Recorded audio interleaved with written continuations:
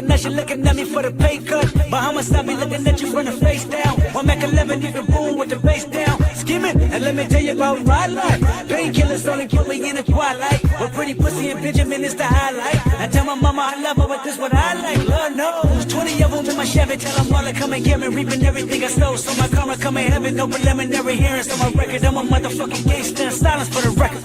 Tell the world I know it's too late. Boys and girls, I think I've gone great. Trying to decide my faces all day. Won't you please believe when I say, when you know we've been hurt, been down before. Nigga, when our pride was low, looking at the world like where do we go? Nigga, and we hate poor, wanna kill us dead in the street for sure. Nigga, I'm at the preacher's door. My knees getting weak and my gun might blow, but we gon' be alright. Nigga, we gon' be alright. Nigga, we gon' be alright. We gon' be alright. Do you hear me? Do you feel me? We gon' be alright. Nigga, we gon' be alright. Huh? We gon' be alright. Nigga, we gon' be alright. Do you hear me? Do you feel me? We gon' be alright. What you want? You a house, you a car, 40 acres and a mule, a piano with guitar, anything. See, my name is Lucy, I'm your dog. Motherfucker, you can live in the mall. I can see the evil, I can tell it. I know it's illegal. I don't think about it. I deposit every other zero. Thinking of my partner, put the candy, penning on the Rico, digging in my pocket, and I profit big enough to feed you every day. My logic, get another dollar just to keep you in the presence of the Chico. I don't talk about it, be about it. Every day I see you. If I got it, then you know you got it. Heaven, I can reach you. Pet up, my dog, that's all. Big back and chat, I trust it back for y'all. I rap, I'm black on track, so rest assured. My rights, my wrongs, I'm right till I'm right with God. When you know we've been hurt, been down before. Nigga, when our pride was low, looking at the world like where do we go? Nigga, and we hate poor, wanna kill us dead in the street for sure. Nigga, I'm at the preacher's door. My knees getting weak and my gun might blow, but we gon' be alright. Nigga, we gon' be alright. Nigga, we gon' be alright. We gon' be alright. Do you hear me? Do you feel me? We gon' be alright. Nigga, we gon' be alright. Huh? We gon' be alright. Nigga, we gon' be alright. Do you hear me? Do you feel me? We gon' be alright. I keep my head up high. I cross my heart and hold tight. Love me is my need. Too afraid of the changes. I'm alright in your way. Dark nights in my prayers.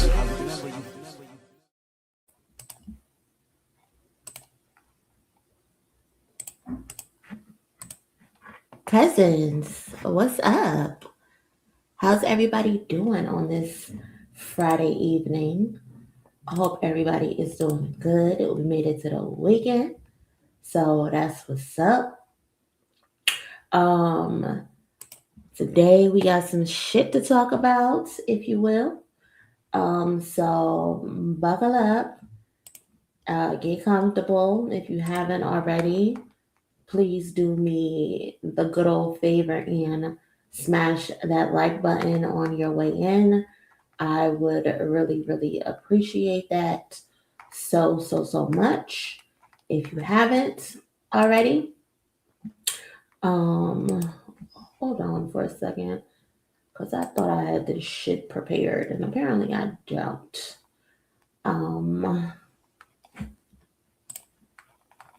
Hold up, let's go.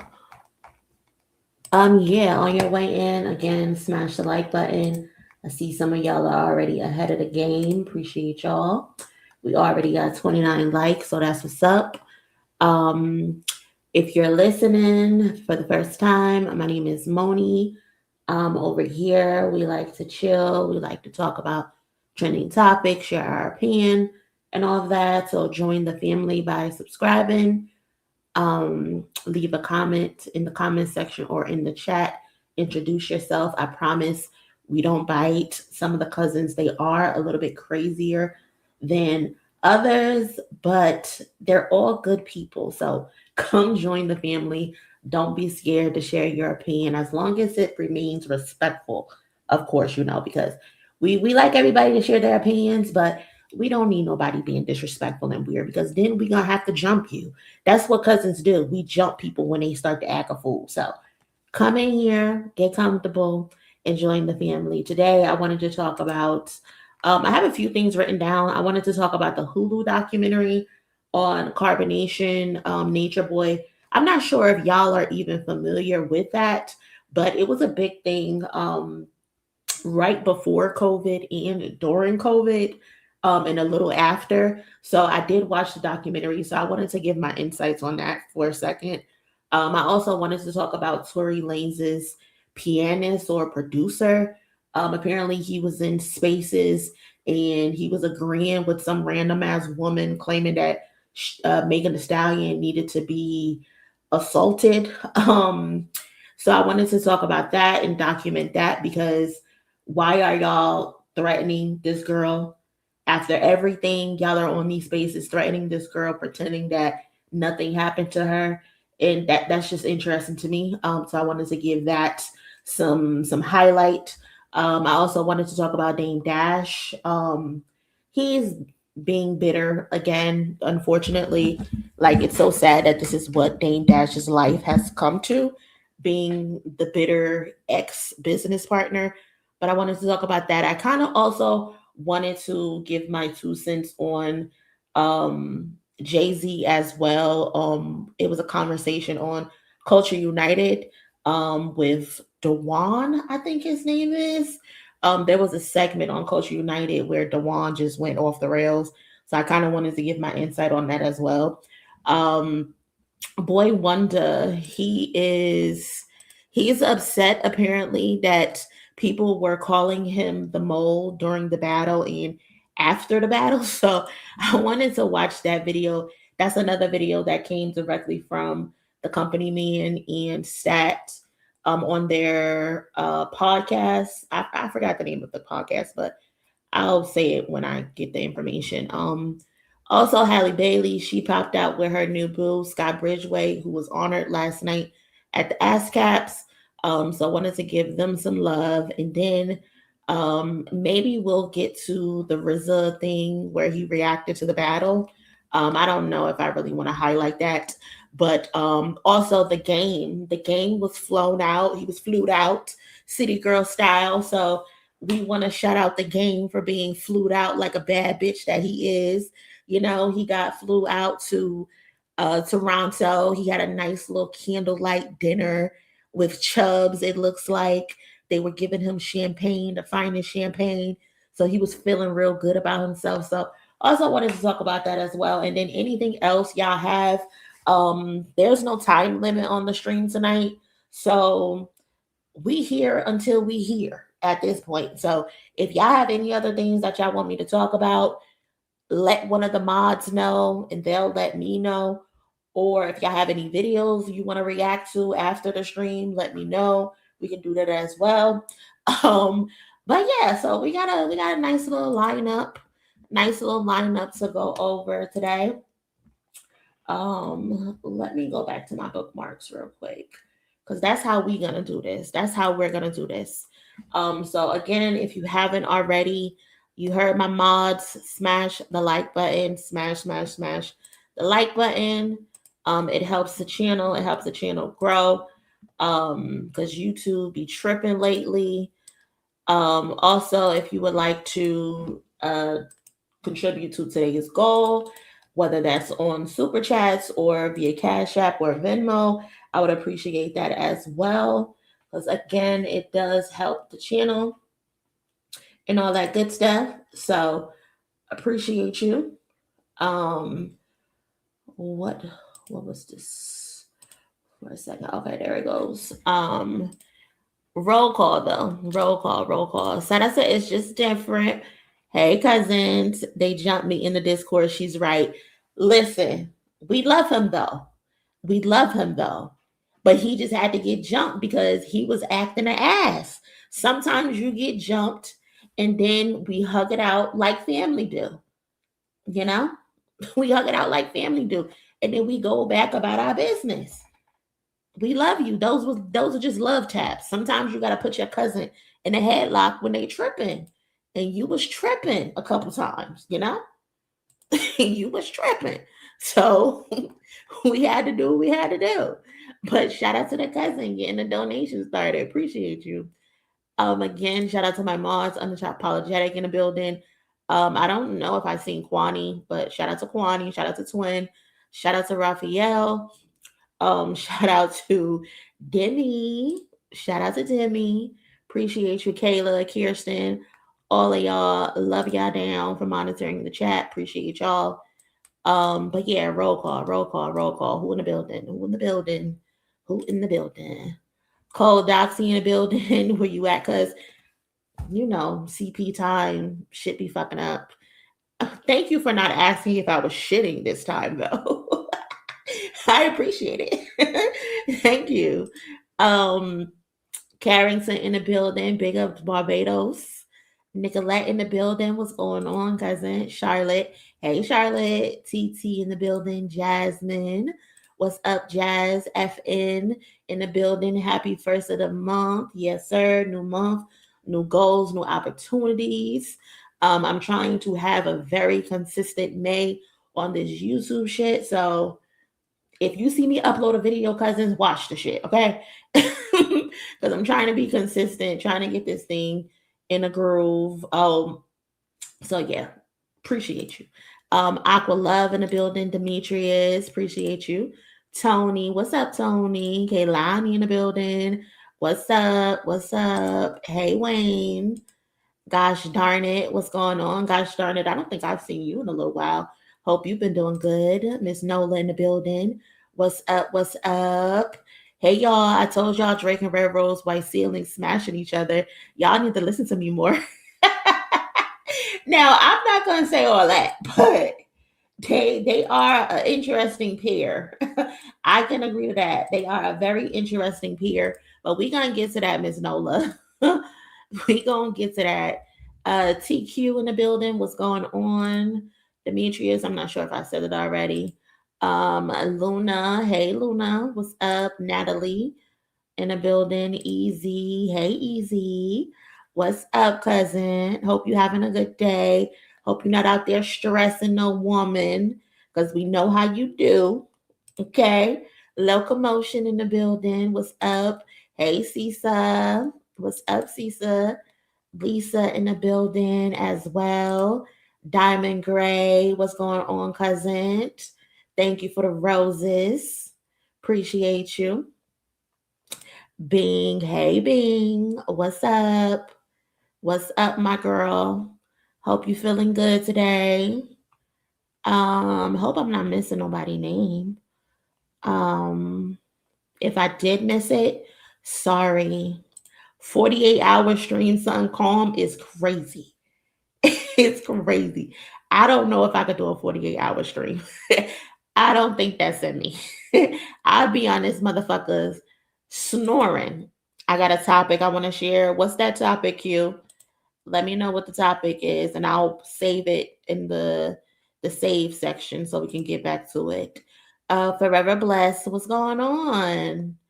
What's going on, Forever Blessed? Babyface J in the building. Lex in the building. What's good? I'm here for Dracion. Game had to step out with his after seeing Halle Bailey with hers. I can't. Being, I watch all your videos and like all the posts. You and Jay know that I don't miss liking. I need folks to watch some reasonable people. Thank you, Bean. Appreciate you, Bean girl. Thank you so much. Do I miss you? Sure, I miss you. Or did I miss like your comment or something? But if I miss you, yeah, I miss you. What's going on, Smooth? Let me know. Lika, hey. Shout out to Olika. That's my girl. That's my girl. That's my girl for sure. Okay, so now that we got the roll calls out the way, let's get started. Hold on. Because again, I thought I had this shit up and prepared and ready, but clearly I didn't. First off, let's start about okay, the Tupac thing. Okay, cool. I saved it to the side, so we're gonna talk about that. Q, I got you. Let's share, because I did post about that on Twitter. I definitely did. Any of y'all familiar with Nature Boy carbonation situation? I think I got put on to carbonation Nature Boy when it was first called Melanation. And from what I remember is they were on maybe Facebook or Instagram or something like that at first. And then he was basically talking about how he was one with nature, how he ate from the earth. They were in places like Hawaii and all types of shit. And he was having people come, they would leave their homes, they would leave their families behind, and they would go fly to wherever he was at. And they would be this group, they would be in the ocean, they would be in the wilderness, in the falls, all types of shit, talking about, their higher selves, their higher beings, being one with Mother Nature, being one with the earth, and all of that stuff. So I remember when that first kicked off, and it always seemed a little weird to me. But eventually, as it went on, it went from something that was very positive, very about community, very much so about Black people prospering and all of that. It went from that to literally a full blown fucking cult. A full blown fucking cult. It turned into. Um, and I watched this shit all over social media because that's all he did was go live and share their business. He would go live on Instagram, he would go live on Facebook. Eventually, they transitioned to Bigo, where they were making money off of Bigo. But again, like I said, like he would get these people to leave their homes, leave their families, leave their children, y'all, leave their fucking children behind to go be one with the earth and one with nature. And again, like I said, it eventually turned into a whole lot of hoopla, a lot of violence, a lot of allegations of sexual assault. And Hulu is now putting out a documentary on it. And I watched the documentary today. It was 4 episodes. Let me see if I could share this clip. Y'all know how they do. So I don't know if it's going to give me a hard time. Maybe if I speed it up a little bit. Let's see how that works. I want to play her. You want to know what I've been doing for the last 4 years? I was in a cult, man. Who am I? Natureboy. We wanted to trust him in everything he did. He was king, he was God. You know this is not how life's supposed to be. So again, like I was saying, like they had them out in tents and shit while he's living in a house. And it was just an interesting situation. He would preach, go into nature and get in tune with the planet. It was clear he wanted to build a following. Is this thing working? My inbox jam-packed with the one question: how do I join? There were a ton of people coming from all over the world. It seemed like what he had was a utopia. I was just super excited where Natureboy is. That's where I'll find my truth. I just got on the flight. First 3 months were great. Waking up in paradise. But who he became, it's like night and day. I am your Messiah. You all bow to me. They put out Natureboy to be a criminal, A cult leader. Something was screaming at me, but I ignored it. Disrespect God and see what happens. What in the world is going on here? It was brainwashing, mind manipulation. It got to a point you no longer trust yourself. It's cult leader 101. Who is your God? You are agree. And things started to escalate. He separated the women, and it was so scary. You in captivity. She was reported missing. I am God. I never imagined what it culminated into. It comes with SWAT team. They break the door open. Don't shoot me. God. We were his play toys. He had to be destroyed. Nothing dies in nature. So that's the Hulu documentary. Again, like I said, I watched it today, and I agree with Bing. They actually left so much stuff out the documentary, and I totally agree with you. It low-key felt like this documentary seemed to be like a very PG-13 version of what actually was occurring and what I actually remember popping off online. Like, this was very much so a PG-13 version. Like, there were even times where they were doing reenactments that I felt were so childish and unnecessary, especially since he documented Eligio is his name, but he was going by Nature Boy. I feel like they didn't need the reenactments because he put everything online. Like, y'all, when y'all leave this stream, and if you're interested in this, you can literally go on YouTube and type in Nature Boy, carbonation, melanation, and everything is on YouTube, from Instagram lives to Bigo lives. There's also a page called The T that literally archived every single thing that this man did. Like, he put everything on the fucking internet. There was nothing off limits when it came to this man. So for Hulu to do this documentary, I think they actually did a disservice because they did not talk about a lot of the things that actually occurred in this cult from what I remembered. Again, like I was saying, the T, this YouTube page, they archived everything that this man did. And she was in the documentary. She like narrated it, and I like that she narrated it, but I also didn't like that she narrated it because it came from only her point of view. And I feel like there was a lot of other people who also documented this shit. Like, there was a channel called World News. He also was a part of documenting all of this, but he wasn't a part of the documentary. And I guess maybe because World News was a lot more gritty in his coverage of carbonation and Eligio, Nature Boy, whatever you want to call him. But the documentary, they showed like the body cam. So essentially what took him down, y'all, is if you're gonna watch it and you've never seen it before, spoiler alert, either leave or whatever. But what actually took him down is one of the members ended up reporting him for rape. And he ended up going to jail. I think right now he's serving life. He's not going to get out of prison, but that's essentially why the cult got brought down. But in the documentary, they ended up showing like some body cam footage of Janae doing the report.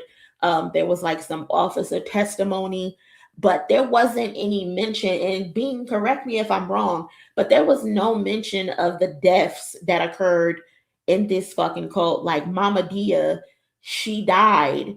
There was a baby that Zoka had. She had full term. The baby ended up dying at the 9th or the 10th month. Loyal, while he didn't die in the cult, he died a couple months after leaving the cult. I believe Mama Dia had been there for like a couple weeks, and she was told to stop taking her medicine. I can't remember if she had cancer or not, but she was taking some type of medicine, and he told her to live off of the earth. And literally a couple weeks later, she ended up dying in his care in a tent. And there was no mention of that in the documentary. There was no mention of the SA scandal that True was a part of. He was in the documentary, but there was no mention of that. True ended up marrying Sheba and having a son together. Even though they weren't initially put together, he was taking women and he was putting them with men. And Sheba ended up marrying someone that she had never had a conversation with. True, like I was mentioning, he is a part of the documentary, but a lot of the things that he did was not brought up because True, if I remember correctly, was very reckless, very angry all the time. There was no mention of Solar and Janae being married and being in a love triangle with Zoka, who again lost her baby that she was pregnant with Solar. And what I remember is her drinking and smoking while she was pregnant, while she was still in this cult. And then she ended up losing the baby on a night that they were having this big bonfire party and they were dancing around the fire, and she ended up losing her baby. And a lot of people were saying that the baby was sacrificed. Now, again, I don't know if that should be true, but it all makes sense. And there was no mention of that. There was no mention of Solar and Janae being married. When they left the cult, um, Solar and Janae ended up having a baby together. Solar and Velvet, who was the main wife, they ended up getting together and having a baby. I think like a lot of shit that they didn't put in this damn documentary that needed to be in this documentary. They didn't mention any of the wives that are currently still there. They didn't mention how Malia ass almost died like 2 times, how Malia ass got ran down some fucking streets and they jumped her outside and dragged her back into the house. She ended up going to the hospital, bitch, on her deathbed. Like, there was so much shit that they didn't put in this damn documentary. Like, this man was evil. And Hulu, I feel like if you're gonna do a documentary, you gotta tell everything. You gotta tell all of the facts. So much shit was omitted from this documentary, but I feel like it's a story that needs to be told. So if you ever come across it, like on YouTube, go check it out. It's worth checking out. Like, I remember when he had Malia and Velvet fighting on a beach, and they were fighting to Dreams and Nightmares. Like, that shit was so crazy to me. Like, you literally have these women out here on the beach fist fighting each other, the Dreams and Nightmares, and you're on top, like you're looking down at them and you're narrating them fighting. That shit was crazy. Malia got treated so bad, and I think he treated Malia the worst because Velvet ended up leaving. He felt as though Malia was the reason that Velvet left, so he took all of his anger out on her. That's my personal opinion. And that girl, unfortunately, she's still there to this day. I think Zoka is still there. I think Efru is still there. I think Aya ended up leaving. I'm glad Aya left because, girl, how much more pussy can you sell? Like, there's not much more pussy you can sell, honey. He had them out there in Hawaii and Mexico and shit selling it allegedly to make money. Shit, this cult was crazy. This cult was crazy, man. And I'm glad the people were able to get out. But even after they left, they still were mixed into a bunch of bullshit. Like, again, like I said, Solar and Velvet ended up getting together, and I think they ended up having a child together. Solar ended up having a baby with Janae, who's the one who ended up bringing the cult down. So they just had a lot going on, man. A lot going on. It's worth watching. It's worth watching. But if you want the real, go on YouTube and look that nigga up, because all of the crazy shit he was doing was insane. I be wondering what kind of mind control they be having over these people. It was crazy mind control. He would have them, like, he would come in the room and they would have to stand and be at attention, and then he would tell them to be on their knees. If you move out of place, one of the other members, he would direct them to slap you. Like, just all types of crazy shit. All types of crazy shit they had going on. Hood Horrors had good work on here, and he was a part of the doc. They didn't mention Pops trying and Tina coming out there. Exactly. They showed Pops. They showed Pops for like 10 seconds, but that's it. That's it.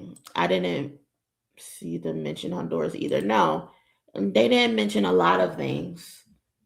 They did talk about when the people kicked them out of, I think, was it Mexico or somewhere when they got kicked out. I remember doing a thread on this back in 2022 when I first saw it.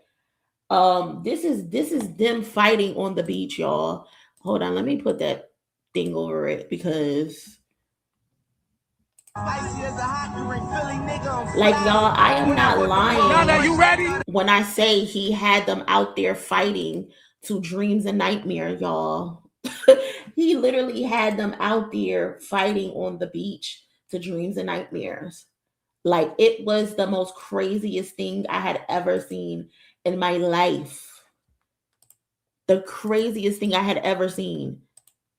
And then he made Malia apologize to Velvet and kiss her feet.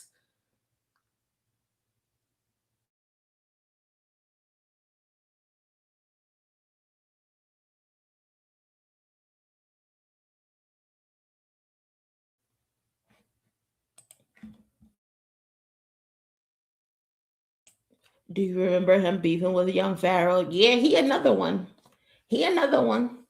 That's kind of wild and out there. He another one, but yeah, they were also beefing. It was actually insane. Then they would like sleep together. Yeah, he had them sleeping together as well. That's how Sheba went there. Sheba went there a virgin. He put her with a random man that she had never spoke with before ever in her life, and he made them be married. She did not like this man, and she refused to have sex with this man. She said that she would be in the tent sleep, and he would ejaculate on her body. And she would wake up covered in ants. And then when True ended up coming, she was like, when she first saw True, she was like, that was my husband. So her and True got together. They ended up, having a child together and actually getting married. They're still together to this day. But he ended up breaking them up, took Sheba in a tent, and broke her virginity and made Velvet hold her hand while he took her virginity. Like, this man was sick. This man said that he would have relations with his woman while his child slept in the bed, and he thought that was normal. Like, he was out of his mind. Out of his mind. I remember when he brought that trans woman to the house, and he made the men and him have sex with the trans lady. That shit was crazy. Like, he was just doing any and everything. Like, he was seeing how far he could go, how many limits he could push. Dude was insane, bro. Insane. So that's why I say Hulu, good on y'all for doing a documentary, but very PG-13. Literally made the girls apologize. Bitch, we sisters. We from the same motherfucking place. Nigga, we sisters. We gonna get this shit out regardless. We can let these motherfucking dudes. I love you. Stand back. Stand back. Understanding my role in rape impersonation. I bow down respectfully for myself. Go ahead and bow down.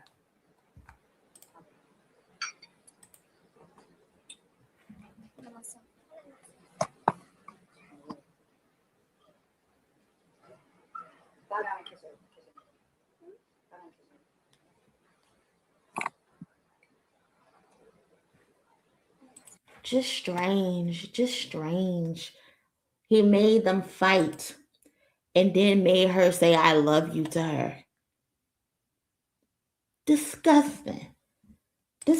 Like, I could not believe this shit. Could not believe it. Like, they were doing any and everything, bro. This one. Your journey ain't. This one, again, trigger warning, y'all. Trigger warning. But this is when Malia, to be honest, I don't even care who won. But to be honest, I thought Malia was giving her the business. I thought Malia was giving Velvet the business. The only thing is Malia had a busted lip, but it looked like Malia was giving her the business. But anyway, that don't even fucking matter. That don't matter at all. The other crazy thing is Malia is literally on her deathbed, y'all. On her deathbed in the hospital. He is in the hospital berating Efru while she's sitting in a car, and he's cursing her out while Malia is on her deathbed. You would think this nigga would say, oh, I have went too far. I have went so extreme, like Malia is about to freaking die. But no, he don't care. He's still berating the other women. Like, just listen to the shit. Just listen to this. I'm gonna speed it up though. Shit, you can make the mom. I'm your higher self, huh? Fuck is you talking about? You can make the mom. You in your way. You can make the my journey. Ma, I'm your higher self, bitch. You your lower self. That dumb. Now put that phone upwards. Point the phone up. Point it up. Like this. Point it up. Point it up. Upwards. Upwards, huh? Upwards. Point the phone upwards. Up. Up in the air. Put your arm up in the air. Point it down at you. Point it down at you. Do it. Well, just call your mama and tell her you want to leave, bitch. That's what I'm saying. Call your mama to say, there you go. Point it up. I'm looking down at you. Yeah. Dominate you, motherfucker. Yo. It's abuse. Help those women, please. Tell them, do you want help? You want to get saved? Huh? I don't need nobody's help. Except for who? Who help you need? My higher self. Bitch, you gone. I'm getting rid of you. Because look how you acting. It's embarrassing me, ho. You should have been more smoother with this shit. Now you got to go. Because I don't need you, bitch. Look at you. You should have been way more smooth than this. You got me looking crazy. You should have been confident in what you said. You got too much pride. Guess what? Pride is a deadly sin. And now look at you. Sitting there. And when you go back to Babylon, guess what? Guess what? You're going to be feeling like a fucking idiot. You should have said, damn, man, I should have went hard for my higher self.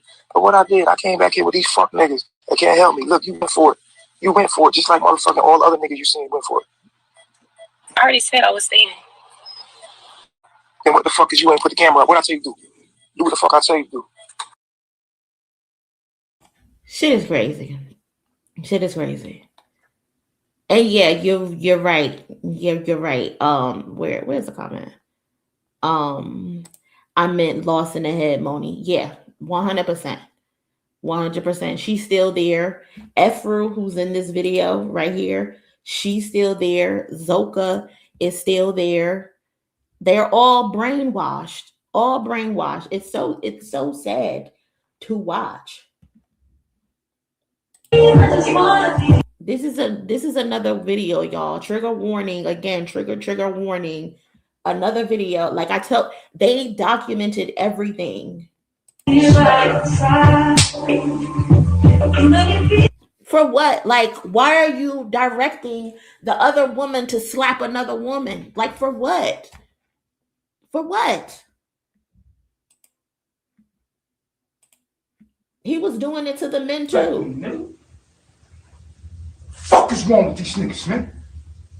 No fucking God. Fuck this phone. No fucking God. Fuck this phone, nigga. I made this phone and I made you, nigga. After disrespect, God. You don't think for yourself. You too. You got a problem with that? No, White boy? No, I was listening. Nah, you ain't listening to shit. Shut the fuck up. Feel sorry for him, white boy? Help him out. Call him. Fuck is wrong? Like, he was just doing the most disgusting and vile stuff ever. They all got so skinny too. All of them. He was making them cook him real hearty protein meals while they were just eating fruits and berries. So he eating lobster, he's eating shrimp, he's eating steak or whatever, and they outside eating fruits and berries. They were giving their money to him. This man came into over $1 million from all of the people that came to visit him. When they would arrive there, he would raid their book bags and he would take their credit cards.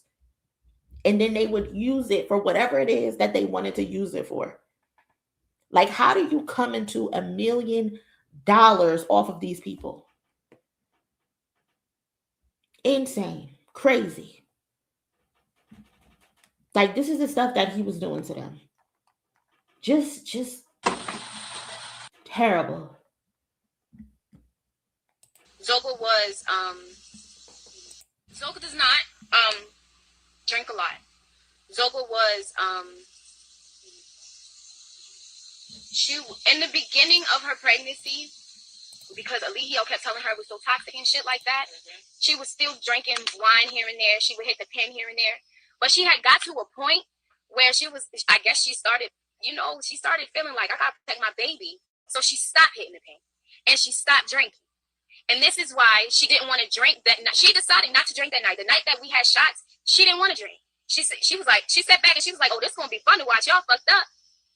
Okay. Eligio comes upstairs and says, all of y'all taking shots. She still don't grab a cup, though, because she don't think he's talking to her. He was like, you too, Zoka?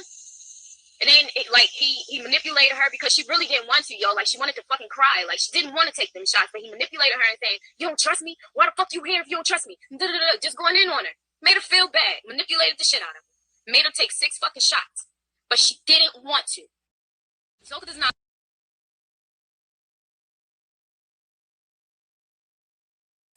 Mind you, y'all, the girl is pregnant. 9-10 months pregnant, and he got her drinking and he got her smoking, and she ended up losing her baby, ended up losing her child. Insane. Crazy. What's up, D2B2? Appreciate you pulling up and donating. Thank you so much. But yeah, isolate them, then make them dependent on you for everything. Textbook. He planned on marrying his own daughter to reproduce. Yep. Yep. And I think that was Velvet's breaking point. Because at that point, I mean, he done whooped on her.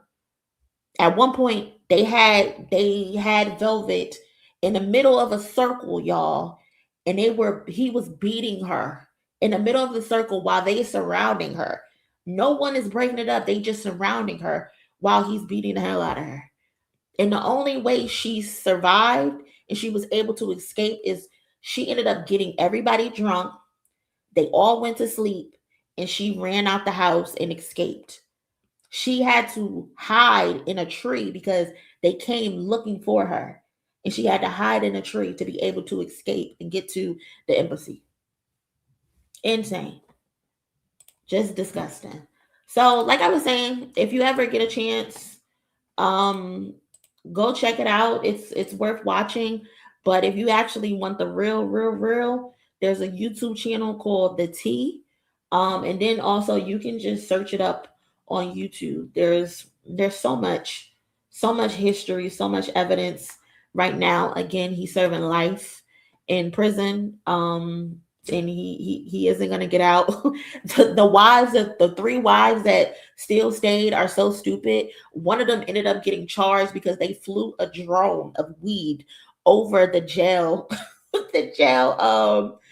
I guess recreation area, and tried to give him weed. Like, they're just stupid and lost. Just a hot mess. Okay. I'm sorry. People want. Next up, what we got next up? If you haven't already, please do me a favor and smash the like button for me. I would greatly appreciate that. Somebody asked, where is it? Did we talk about Tory yet? The pianist. Kayla, we did not talk about that yet. We're about to talk about it now. So do me a favor and smash the like button for me. I would greatly appreciate that so much. Thank you. But yeah, so apparently Tory Lanez is pianist. I'm not familiar with this person, but they allegedly helped produce music for Tory Lanez. He was his pianist when he was on tour, according to Google. But apparently this person was in a spaces with another woman who was talking about street codes, principles, and saying how Megan needed to be assaulted, and he's on the space agreeing with it. So let's listen to this real quick. I'm actually going to speed this up a little bit. You don't have nothing to back up the lies that you say. You would have been punched in the face hole. You would have. That's like, is that not? Like, I'm sorry. People want to come at me like, oh yeah, targeting Megan. No, that's real. That's real street fucking shit. I'm sorry. In real fucking life, ho, if you accuse me or accuse someone that I'm close to of shooting you in the feet, and I know as a fact you did not do that shit, yeah, regardless, I don't have to back this man up. Like, it has nothing to do with affiliations. As a principal, I would have been touched you, ho. Yeah. You would have been fucked up. That's violation. I don't think that's a violation. What the fuck are you talking about? Why ain't this bitch being touched? We got smacked in the fucking face. Why ain't she being touched? And then come back on the street after lying on the nigga. Come back on the street, act like nothing happened. Bitch, you lucky. Fuck up. Oh, you lucky, because I would fuck you up. I'm gonna keep it real. That's you don't have.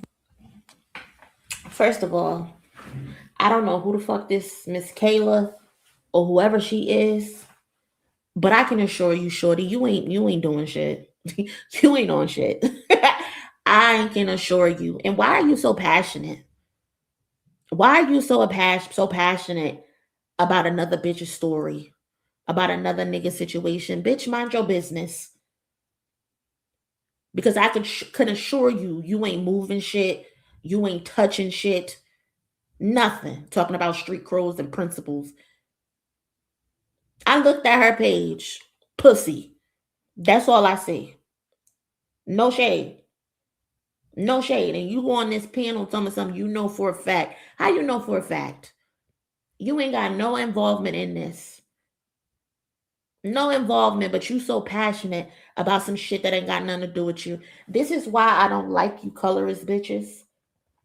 You bitches that these black men give y'all a little energy. They give y'all a little space and y'all feel too comfortable where you think you can speak on a black woman in her situation. Mind your fucking business, bitch. Because I can assure you, you ain't doing nothing. Telling me something, oh, you need to be touched. Why she ain't touched? If you so bad, go do something. Since you so bad, go do something. I am so tired of you weird ass bitches, you pick me bitches, feeling like y'all special and wanting to insert yourself in another bitch's fight because you trying to get cool points from a nigga that's in prison at that. And now you on Spaces with his weird ass, no name ass pianist that nobody fucking knows. Nigga, go produce some shit. Go play a fucking chord. But you on Spaces talking about, oh, she need to get hit in her face or something like that. Nigga, go produce a hit. How about that? How about that? If Tory Lanez was innocent, Tory Lanez would have got on the stand and proven that he was innocent. Tory Lanez would have got on the stand and defended himself. Tory Lanez is not innocent. Tory Lanez is in jail right now because he violated his probation. Tory Lanez is a textbook criminal. Textbook criminal. You're on probation, but you're riding around with a gun. Are you stupid? And you're an immigrant? You're not from the United States. You're from Canada. And you're riding around in a vehicle with a gun that you just so happen to point at a woman and shoot at a woman and harm her? The audacity. All this nigga do is go around people and cause destruction and violence. That's all he does. Y'all love him so much, but none of y'all show up when it's time to support his music. Nobody shows up when it's time to buy a fucking CD.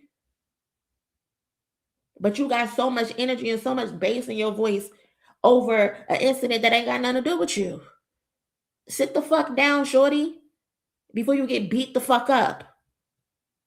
Because I can assure you, you're not like that. I promise you, you're not like that. I can tell you're not like that. This is so ridiculous. And he in the space. What you say? Hold on, let me play it back. As a principal, I would have been touched you, ho. I would have been touched you, ho. Girl, bye. I would have been fucked up. That's violation. Girl, bye. You ain't fucking nobody up. Hey, like, that's a violation. What the fuck are you talking about? Why ain't this bitch being touched? They got smacked in the face. Why don't you go ahead and attempt to do it, shorty? And let us all see what's gonna happen. Why ain't she been touched? Why are you responding with violence to someone who was already assaulted with violence? Why is that that's your natural instinct? He is in jail right now for shooting someone, harming someone, causing injury to someone with a loaded weapon. And your response is, let me cause more violence to this person. You hear how stupid y'all are? You hear how stupid y'all are? You want to cause more harm and more destruction to her. And then he's on the space encouraging it. Why ain't she being touched? And then come back on the street after lying on the nigga. Come back on the street, act like nothing happened. Bitch, you lucky. Fuck up. Oh, you lucky, because I would fuck you up. I'm gonna keep it real. That's What's her page? Hold on. You know what? I'm not gonna put her page up here. Like, make our day. We would love to see it. Make our day, shorty. Like, what the fuck is this accent? Probably a Toronto accent. It sounds like a Toronto accent or something like that. I don't know what that's about. I hate Phil's making me agree with Glass and Malone. A lot of people need to be touched on God. Seriously, like, y'all are too comfortable. Y'all are too comfortable. It feels like these people wouldn't have been satisfied unless Megan died. That's how it feels. That's what it feels like. Imagine holding your shooter responsible. And what kills me is that Megan was going to let that go. She was going to let the situation go. But until he got on the internet antagonizing her, the audacity to cause harm to somebody, be on a jail call apologizing for it, and then getting on the internet and in music videos chopping up horse feet. Now you're paying blogs to push narratives. Disgusting. Everybody involved with that side is going to hell. Y'all are going to hell. I swear to God, y'all are. Exactly, Demetrius. She decided she was going to let that shit go until he got on the internet playing in her face. She was going to keep it street code. Fuck street codes. Fuck street codes. Fuck principles. Fuck all that. Because none of that shit protected her at the end of the day. Y'all want her to hold it down and not say nothing and rely on street codes and ethics. Bitch, that's the lifestyle you want to live. If that's how you want to live your life, by all means, sister, rock out. But don't think that's what I'm supposed to do. It's not how it works. Not how it works. Her surviving is almost like a crime to them. Then the fact she continues to shine. Exactly. They hate it. They would have much rather this girl die. Seriously, it's disgusting. It is disgusting. I can't deal. But I don't want to harp on that too much. If you haven't, please do me a favor and smash the like button. I would appreciate that so much. Shout out to Skip. I think I saw him in the comments. Shout out to Skip. What else I got here? Oh, Dame Dash. Dame Dash. Dame Dash, it's like the only thing he does these days is sit down with Art of Dialogue and pop shit about Jay-Z. Like, it feels like that's his job these days. It's just to shit on Jay-Z. And this time he says that no one cared about Jay-Z's Reasonable Doubt. That shit barely went gold, is what he said in the interview. So let's play that real quick. And yeah. Reasonable Doubt doesn't sell shit. Why you think I gave it away? Nobody made no money on that shit. Barely went gold. Nobody gives a fuck about Reasonable Doubt other than people that were there. Nobody gives a fuck about Reasonable Doubt. Ask some kid about Reasonable Doubt. They'll be like, nobody cares about Jay-Z as a rapper. No kid gives a fuck about Jay-Z at all. They're not jacking his hairstyle, his gear. No one's fucking with Jay-Z. No one's listening to them fucking raps. None of that shit. That's all. You know that. When's the last time this nigga made a record? Like, he's an old man. Why the fuck should he be making records? But ain't nobody jacking Jay-Z. He's not. No one, since I'm gonna tell you what killed Jay-Z, them fucking dress shirts. That put him out of business. He wasn't fly after that. No one, he couldn't recover for them dress shirts. Show me a picture of me and a Yankee in a dress shirt with cufflinks, please. Let me know. Or some Van Dutch and all that. Like, show me any picture of me in any of that clown shit. I'm the coolest. I'll be like, yo, these niggas, think about how I'm looking. Like, what the fuck is you doing? Like, my homeboy still got these fucking motorcycle boots on. My homeboy used to give me hell for this nigga, man. They thought he was the funniest. You know, he didn't have the kind of, you know, he's not that. No dishes. I don't want to start this, but let's go. You know what I mean? But like fly nigga, fly. I made this shit too. It's brand new. Look at this. You see the CEO swim trunks? A grown old ass man talking about getting dressed and getting fly. Is that all there is to life? Is getting dressed and getting fly? Is that what satisfies you, Dane? Is that what makes you happy? Being able to say you dressed well? What does that matter when the police are demanding you give up your stake in entities that you help build? They're auctioning off all of your shit. What does being fly mean when they're auctioning off your shit because you can't pay your bills? Who cares about what outfit you got on? Shit. I stay making fly shit for me. Only for the members. Only for CEO members. I don't even want everybody to wear the clothes. You gotta be like some other shit. I'm not in it for the money, bro. I'm gonna be broke my whole life. I'm gonna always spend it. I'm not gonna say I ain't gonna make it, but I ain't holding a dollar. Holding money is for suckers to me. I don't care. Y'all could do it. I had the bricks. I hold some bricks and some real estate. But looking at green, nasty stink money, I don't need that shit. He sounds like a fucking dweeb. You don't want to save money, Dame. That's why you're broke now. You don't want to save money. What are you talking about? You're trying to diminish the importance of saving money and having funds to be able to lean back on. Stop it, Dame. I burn that shit. I burn money. Fuck all that. But I'm gonna be fresh. I'm the flyest broke nigga you ever saw. I'm glad you know that. I'm glad you know that because, damn, this is pathetic, honestly. Because what he's saying is nobody cares about reasonable doubt. None of the kids care about reasonable doubt and all of that bullshit, right? And it's just like, what's your point, Dame? Like, what's your point? We all know the story. If you are a hip hop historian, if you're a Jay-Z fan, you know the story. No record labels wanted to sign him. So what did they do? They went out and they created Rockefeller to be able to distribute their music, Reasonable Doubt. Right? I think that's how the story goes. And when I say they, I'm talking about Jay-Z. I'm talking about Dame Dash. I'm talking about Biggs.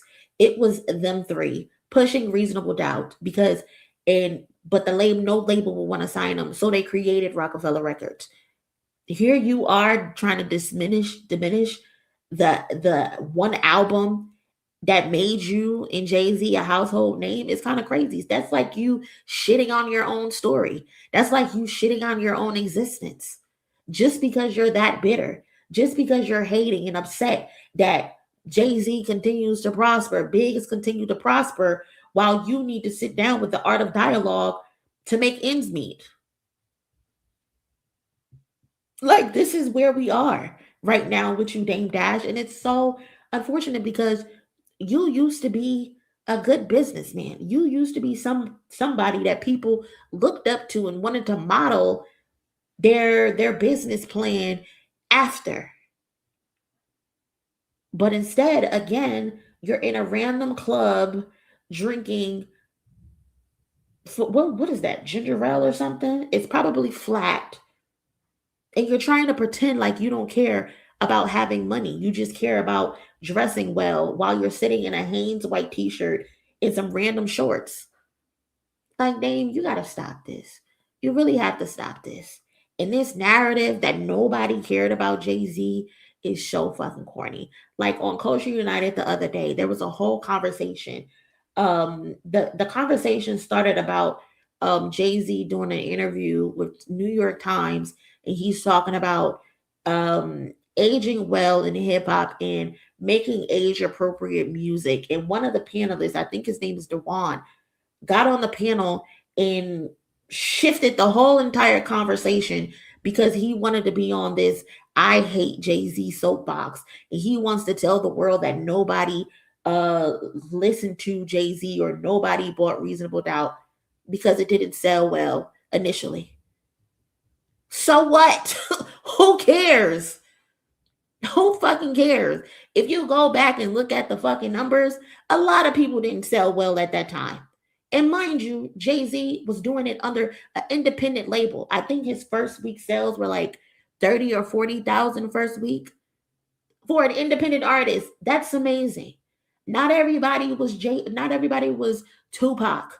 Not everybody was Snoop Dogg doing a million first week. We don't give a fuck.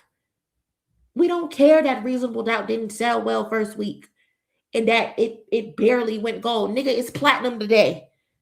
That's all that matters. You think we people put out albums just to only care about the first week? No, we care about the longevity. And when it's time to talk longevity when it comes to Reasonable Doubt, when you look at the best rap albums in history, Reasonable Doubt is likely in the top 10. A classic album. So again, who gives a fuck that it didn't sell well initially? Who cares? It's platinum now. He also just sold out 3 stadium dates for that album. Who do you know is selling out stadium dates for people to come and listen to you perform album songs from your first album? Y'all's faves are not doing that. Y'all faves are not doing that. So do we really care that it didn't sell well the first week? No. He's about to do 3 stadium nights. One of those nights are dedicated to Reasonable Doubt, and it's sold completely out. So people obviously care about the album. They obviously do care. Like, just stop it.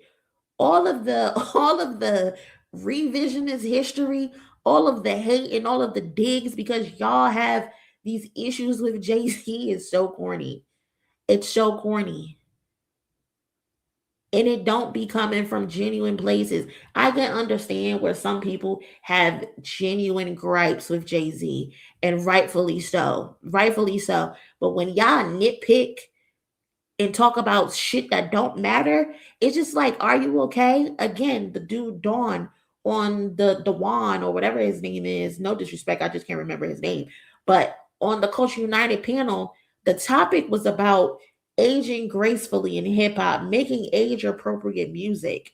And this nigga talking about, well, your first week album sales is this and this and that. Jay-Z is on like his 13th album. I can't even remember how many fucking albums this nigga got. He's sold millions of records, and you want to be on a panel trying to give us a history lesson about him not selling well his first album. Who gives a fuck? Dewan? Who cares? We don't care, Unc. Shut that shit up. We do not give a fuck.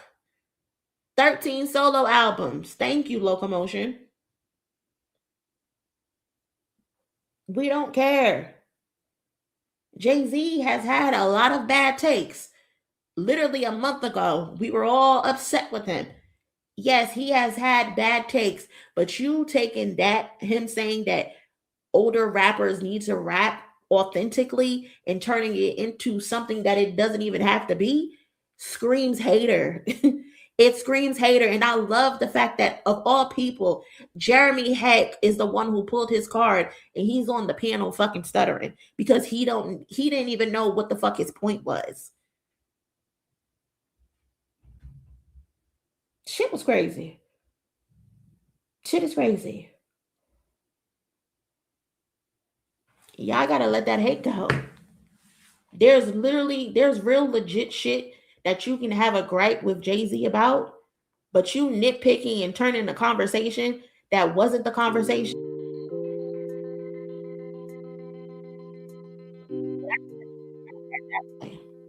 But yeah, Dame gotta get it together, bro. Shitting on your own legacy because you're bitter and you're upset with Jay-Z is crazy. Shit is weird. I'm not gonna really judge a rapper, let alone one as accredited as whole of takes. Exactly. Like what was the issue with Jay-Z saying, if you are a certain age, I think you should rap and tell authentic stories? Like how is that a problem? How is that an issue? They're like, oh, well, he got a song called Forever Young. Forever Young isn't about being young. Forever Young is about legacy and preserving it for the future. That's what that's about. shit is weird. Dame definitely needs to get it together. Dame is embarrassing. I hope they force teeth fall out heavy in real. I don't even think he be wearing those teeth no more. I think he stopped wearing his teeth. Also, having a not great opinion once in a while isn't the end of the world. He's 56. Of course, he feels differently about battling. They need to listen to Renegade. They just need to stop it. They just need to stop it. If you haven't already, please do me a favor and smash the like button. I would greatly appreciate that so much if you can. It looks like we're over 150 likes, so shout out to y'all for that. Appreciate it so much. Next up, I wanted to talk about this Boi-1da situation. Shout out to Curtis King and Stat. They recently had a stream, or I'm not sure what it was, but Stat based the Third Verse podcast. That's the name of the podcast. So shout out to the Third Verse podcast. But Status Quo spoke about producer Boi-1da being bothered by the allegations of being called the mold in Drake's OVO camp. So let's play that real quick. I thought it was funny. Have you talked to any, or at least during that week, had you talked to anybody from OVO, from Drake's team? No, I didn't talk to Wanda till like long after the battle. And of course, Wanda was very upset because he felt like that whole, like, there's moles in OVO. People was putting that on Wanda like he was the one. And because he produced for Kendrick, they made some classic records together. So I definitely felt a way of how Wanda was positioned. But it ain't no love and war. We got to figure, it's going to be some casualties around here. And he was a casualty, unfortunately. But his loyalty is with Drake, as it should be. And because him and Drake have made classic music, well, I guess, depending on what you think deemed to be classic. Classic to some. So I understand Wanda, but he definitely was upset. The conversation that I had with him, because I called him because one of my artists was using one of his tracks for a song for the album, so I had to call him because that guy's like my brother, like I said, and he was definitely upset. And he didn't even want to come to LA, and I'm telling him like, dog, come to LA, you can stay at my house. He's like, no, bro, they're gonna try to do something. I'm like, dog, ain't nobody doing nothing to you when you out here with me. That's not happening. We ain't even going down like that. I said, you ain't got nothing to do with that. He's like, nah, they put me in the middle, and some beat they said it was saying his name all throughout it. He had me listen to it, and I didn't even know that. I didn't even get that deep. You know what I'm saying? So it was like a sample that said Boi-1da's name throughout he's like, you can hear they saying my name like I'm the mole. Like, I'm like, I know Drake didn't believe that you did that. So Boi-1da was very bothered and very upset that people was accusing him of being the mole. I think what he's referring to is the song 616 in LA,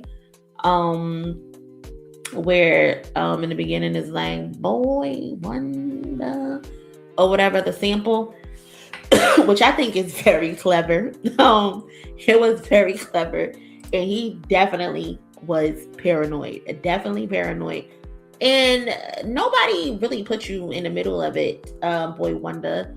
You actually put yourself in the middle of it by your actions, because nobody told you to act the way that you were acting. Nobody told you to. You done deleted your tweets where you're praising Kendrick, because y'all know Boi-1da has done work with Kendrick as well. He worked on Mr. Morale, if I remember correctly. But Boi-1da, you put yourself in the mix by the way you were moving weird on social media. Why are you deleting tweets where you're praising Kendrick Lamar and the work that y'all have done? Why are you writing shady tweets talking about when you're getting with a girl, what do you actually play if it's not Drake? Like, you're a producer and you're putting out tweets like that, asking us, what do we play when it's time to be with women? You're a producer. You should know there's more and better music out there other than Drake. Why are you subjecting yourself to just Drake and only Drake? Trying to be funny. And then too, on top of the fact, I love the fact that DJ Mustard exposed you because you were in Mustard DM saying how fire Not Like Us was. And I'm glad he exposed you because you have been on social media being a fucking weirdo. And you have been being a weirdo because you have been trying to prove to Drake this whole time that you're not the mole and you weren't the one spreading his business to Kendrick Lamar. You were in them studio sessions allegedly running that mouth. You were in those studio sections singing your heart out, telling all of Drake's business. It makes sense that you was the mole. Allegedly. That's what they say. You was the mole. Boi-1da. Now you on social media jumping through hoops, doing backflips, doing somersaults, and going out your way to make sure Drake know, listen, Daddy, it was not me. Daddy, I promise you it was not me talking about you. It was not me, Daddy. I didn't tell Kendrick your business. I promise you. Please believe me, Daddy. Please believe me. That shit is pathetic, bro. So pathetic. So pathetic. Just sad. For grown-ass men to only care about dressing, clubbing, having multiple women is disgusting to me. Where the real men at? Yeah, I don't know what Dame on. Dame on some bullshit. Dame on some bullshit. But yeah, didn't know he saluted Mustard for Not Like Us. Yeah, Mustard posted the screenshot on Twitter. Oh no, he posted it on his Instagram story and then posted it on Twitter. When that shit first happened, because he was on social media acting weird, trying to throw shade at Kendrick unprovoked. Like, just stand down, just sit in the back. Nobody asked your opinion.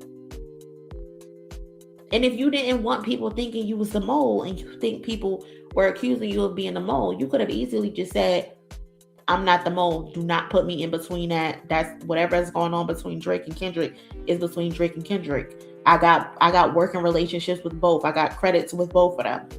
But no, Boi-1da, you wanted to be a fucking loser and be weird on social media for no reason. That's why people were calling you the mole, because they said they felt as though you were doing out of body shit just to prove that you were not the mole and you had no involvement. That's your bad. In order to stay Drake friends, you gotta literally ride that nigga. Nobody can move normal or they're gonna get labeled an op. And that's unfortunate. And Ethan, you're 100% right, because look how all his so-called friends act when it comes to him. You got Gordo on Twitter talking about, oh my God, I just flushed Drake's toilet. You're a grown-ass man getting excited because you flushed another nigga's toilet. Like, again, men used to go to war and die. Now they're on social media bragging about flushing another nigga's toilet. It's disgusting. It's an epidemic out here. Niggas is cooked. Niggas is trying too fucking hard. And the fact that Boi-1da thought if he came out to LA, somebody was going to do something to him. Why would anybody do something to him? Ain't nobody looking for your ass. Like, what exactly were they going to do to you? Party Next Door felt that way too. That when he came to LA, somebody was going to do something to him. Nobody's going to do nothing to y'all niggas. Come out here and act normal. And nothing's going to happen to you. Kendrick Lamar is not moving around how Drake was moving around.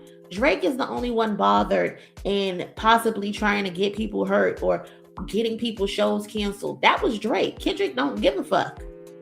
So why would you think someone was going to do something to you of all people? Unless you was doing some stupid shit behind the scenes that nobody knows about. You know? It was Drake who got Schoolboy Q's show canceled and got Sir's show canceled. Kendrick ain't give a damn. Y'all can come out here and make y'all money as long as y'all being respectful. As long as y'all not doing no weird shit. Nobody cares. It was a battle. Niggas got their ass whooped and niggas went home. to their families. That's what it is. It's the other side being weird. It's the other side putting money in the streets and putting money on niggas' heads. Kendrick wasn't operating like that. So for you, Boi-1da, to think that somebody was going to do something to you is crazy. And then you crying a stat about it. Crazy. Crazy. Kendrick had them shook, terrified. Niggas, everybody looking over their shoulders. Wondering if he gonna hop out the closet and get their ass. Living their main character syndrome dreams vicariously through Drake. It's crazy. LC, Lobby fans like to act like it was only Drake people switched up on, but there are so many people that switched up on Kendrick, but you don't see him crying about it. Exactly. Don't see him crying about it at all. Not at all. The only time I think Kendrick people said something was when they got tired of the game.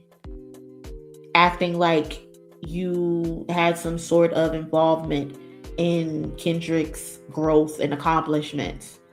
Especially knowing based on the fact that you like sucking Drake dick. Stop mentioning him in your interviews. Stop mentioning him in your interview. You don't mention this man in your interviews. You don't mention this man on 2 mixtapes. It's getting weird. It's getting weird, bro. They giving Kate out the NWA treatment.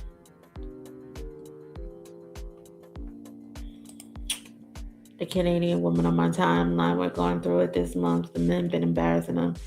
Trash. They weird over there in Canada.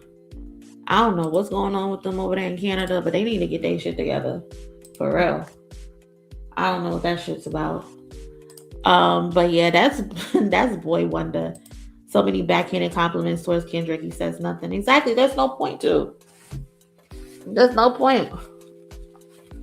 He knows how these people are.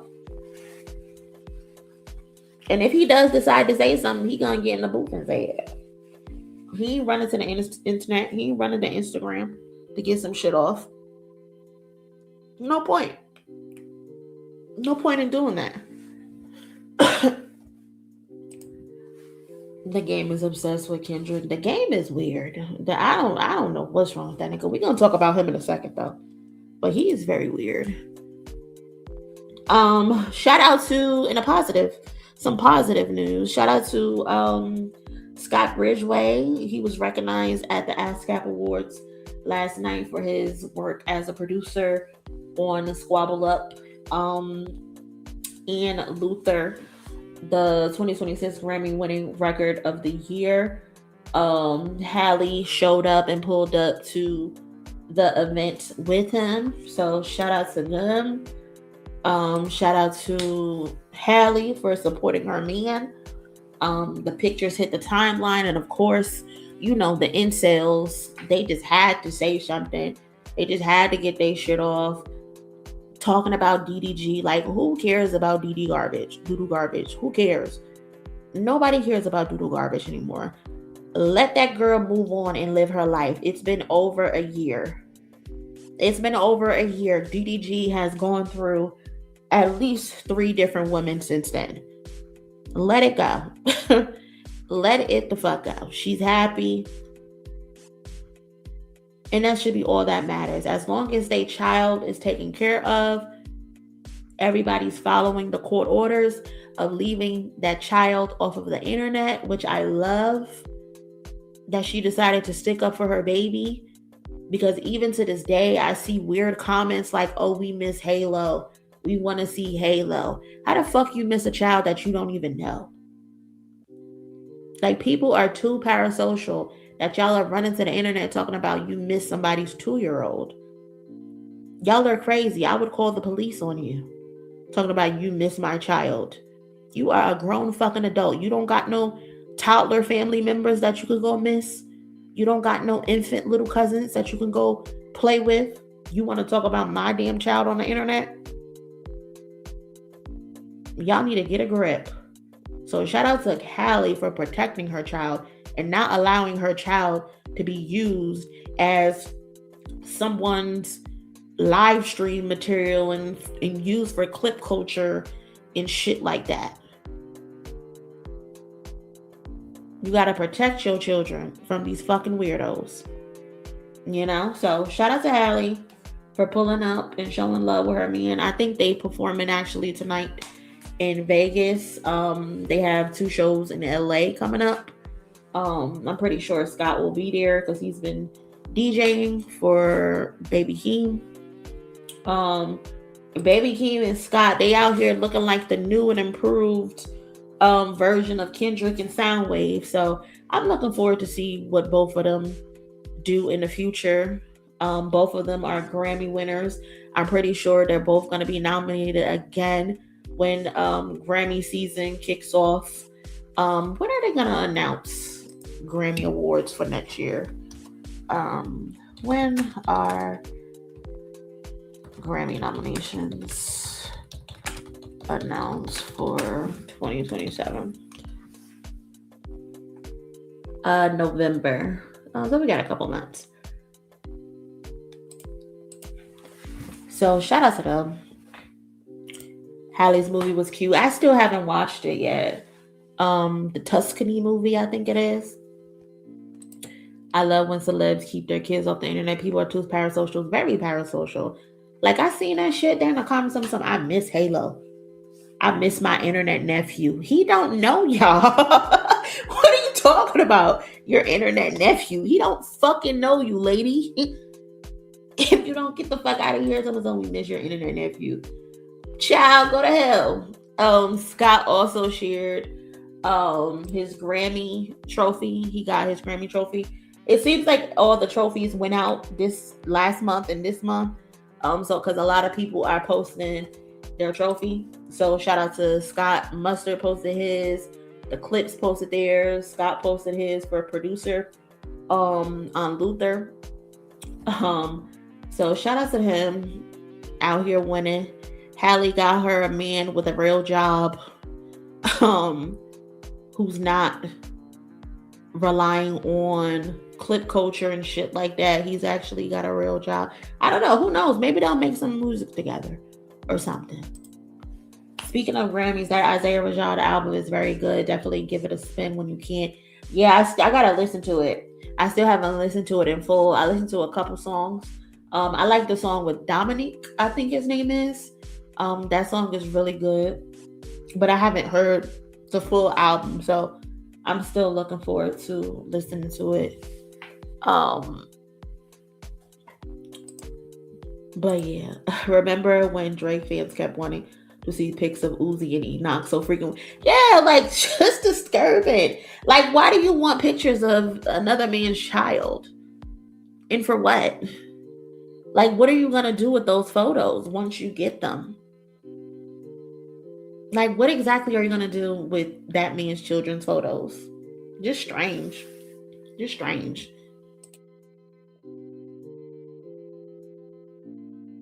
No, I would not post my kids. I would not at all. I like the whole album. It was atmospheric and pensive. Yeah, I'm gonna definitely have to sit some time out to listen to it. I still have to listen to Gaylani album as well. I Am Kojo is crazy on the right side. Who is that? I'm fighting against racism, sexism, classism, Elonism. Look at my aunt. Kisses to my and Whitney's man. Go on somewhere before you get your feelings hurt. Wow. That's a caption. Not I and Whitney's man. Y'all are crazy on the internet. Y'all are fucking crazy. I can't. And speaking of the game, the game shows the game got flew out, y'all. The game got flown out to Toronto. He's talking about what he say. Last time I was in Toronto, it was called T-Dot. I don't know anybody who's calling Toronto T-Dot. I'm not sure. But he claims that's what it was called. Hold on, you know what? Let me zoom in a little bit. But yeah, that's what he put in the caption. Last time I was in Toronto, it was called T-Dot. I don't know, that low-key feels like an unnecessary shot to me, but I'm not gonna go there. But yeah, so he's got flued out. He was in a private jet they sent for him. I don't know if this is the OVO jet. Can anyone confirm or deny if this is the OVO jet? He also posted that he was having champagne. It looks like a glass of champagne and a glass of water, maybe. There's a man behind him. Someone said that's Chubbs. I don't know that to be true, but that's fucking hilarious. But yeah, the game got flued out, y'all. He's feeling bonita. He's feeling good. He's feeling appreciated. And I love that for the game. You know, it's nice to be treated like the bad bitch that you are. I know when my man send me a car, when he tells me to get dressed in 30 minutes, I'm sending a car to pick you up. I be feeling good too. I be feeling important. I be feeling loved. I be feeling like the baddest bitch in the world. So I get it, game. I get it. Very, very baddie shot o'clock-ish. You know? The game said, Drake said, the shit we do for bitches, he doing for niggas. Apparently you doing the same. Apparently you doing the exact same. Cause here go the game. Feeling real good.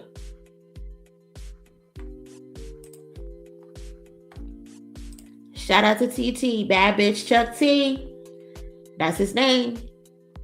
Bad bitch Chuck T. Say that shit. He got his eyes covered. You see the little tattoo that he got covered up. The butterfly tattoo. Why he covered a butterfly tattoo up? I thought it was pretty cool. I thought it was very bad bitch-esque. You know? Shout out to the bad bitch Chuck T. Ain't nobody doing it like Chuck T.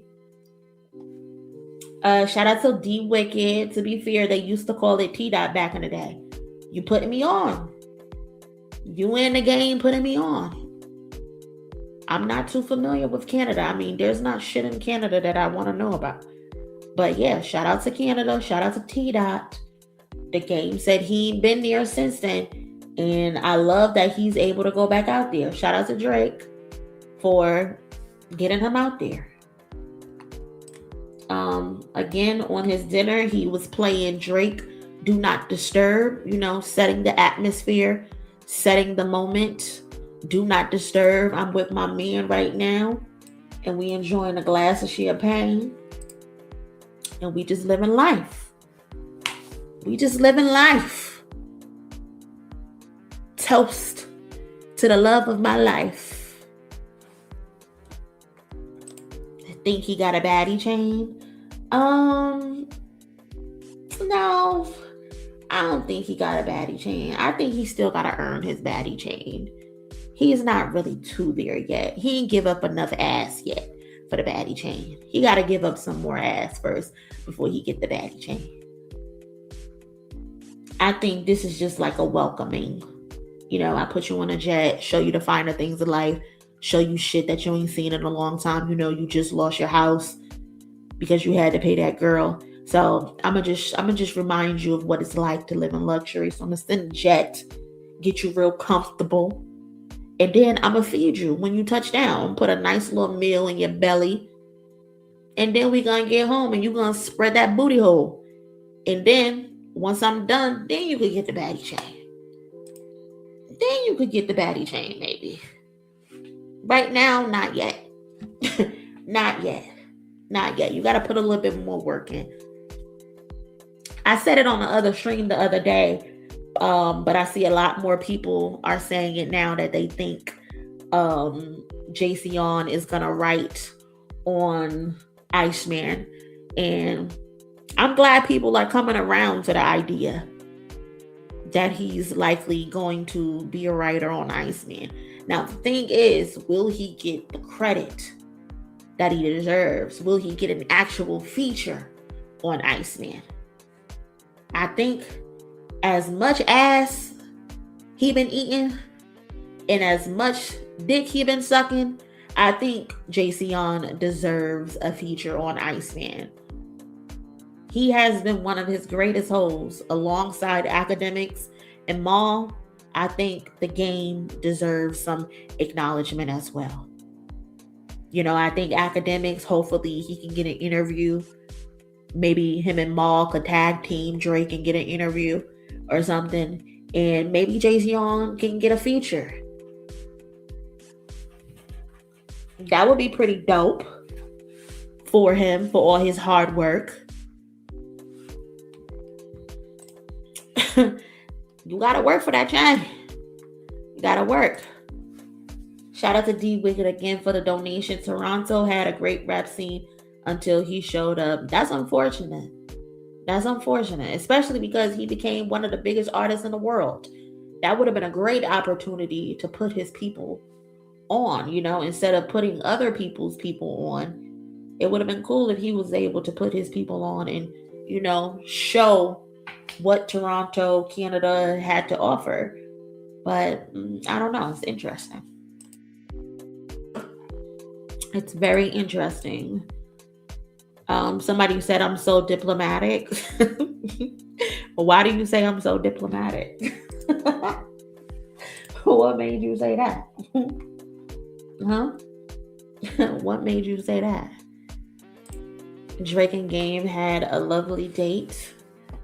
Yeah, you know, I like a good date. The amount of disgusting shit I see men do in this Drake era, it's disgusting.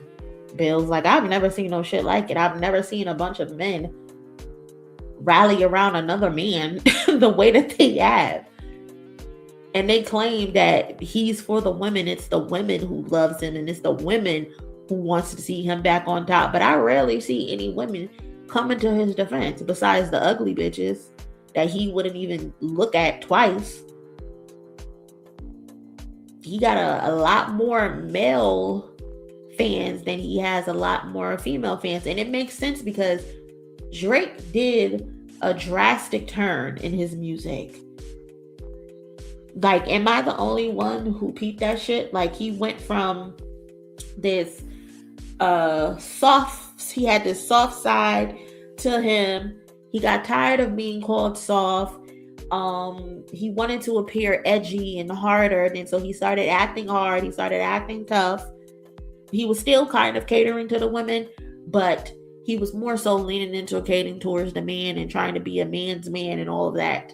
And then he turned into this incel where he's disrespecting and he's degrading women. I think a lot of women stopped fucking with him after that. I think a lot of women wanted nothing to do with him after that, besides like groupie bitches and shit like that.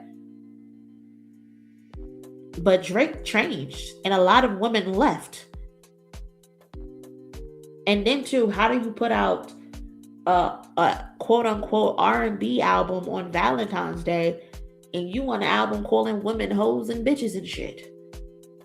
Talking about why are they twerking with dictionaries? Why are they educating themselves? Like, he talks about women so disgustingly. So I don't know what women these men think Drake have these days, but he doesn't have women. He has a bunch of men. And they be the ones going the hardest for him on social media. They the ones who want to argue with you all day and all fucking night and disrespect you. Like, I remember when what was it? Was it Good Flirts? I think it dropped and all the women were saying, oh, how Kendrick is so cute. Kendrick is so attractive. I love his voice and all of that. And then the men are on the timeline talking about something, he ugly. What is happening? He don't look better than Drake. Okay. Why are you talking about which man looks better than the other? What happened to sticking with talking about bars? What happened to talking about who had the better verse or who had the better rap? You niggas these days are talking about who looks better. Who's more attractive. That shit is strange. That fan base is weird. A lot of them want to either look like him. Have y'all noticed a lot of Drake fans? They all kind of look like him. They all have the thick beard and the low haircut, or they get the braids. Like, they all want to either look like him or they all want to fuck him. And it's so disturbing because, again, mind you, hey, if you want to fuck Drake, if you bi, you gay, by all means, rock out, do your thing. But stop harassing us. Stop trying to make us feel bad for not seeing what you see. They're on the timeline talking about some Drake looks better than Kendrick. First of all, no, he doesn't. If we tell both of them to cut their beards right now, Kendrick isn't the one who looks like a thumb. Drake is the one who looks like a thumb. That beard is the best thing to ever happen to Drake. And even still, he's ugly. He's not attractive to me, at least. So y'all gotta stop it. Y'all have to stop it now. Shout out to the cousin TT. He loves to brag about helping people. The ultimate brag would be helping Drake's comeback. Yeah, man. Shit is crazy out here. Beardless Drake he looks like a fucking mole rat. Women's panties get wet when they think about Kendrick. All right, now. They are waiting for a day when Kendrick pops up with his shirt off. Even Sarah and Nikki, not you tag them. Tagging them is crazy. They want to lick the Iceman. Y'all are wild. Y'all are wild. But here you go. That's Jay-Z on. I definitely think Jay-Z on is gonna be on Iceman. If Jay-Z on is not on Iceman, despite the fact that he's doing all of the shit that he's doing, like, that's just embarrassing, because it's like, what are you doing it for? You just doing it for shits and giggles? Like, I don't get it. I don't get it at all. Like, there has to be something in this for you to be operating the way that you're operating. He has to be. He's been doing tricks on it. Not Rita say he been doing tricks on it. I can't.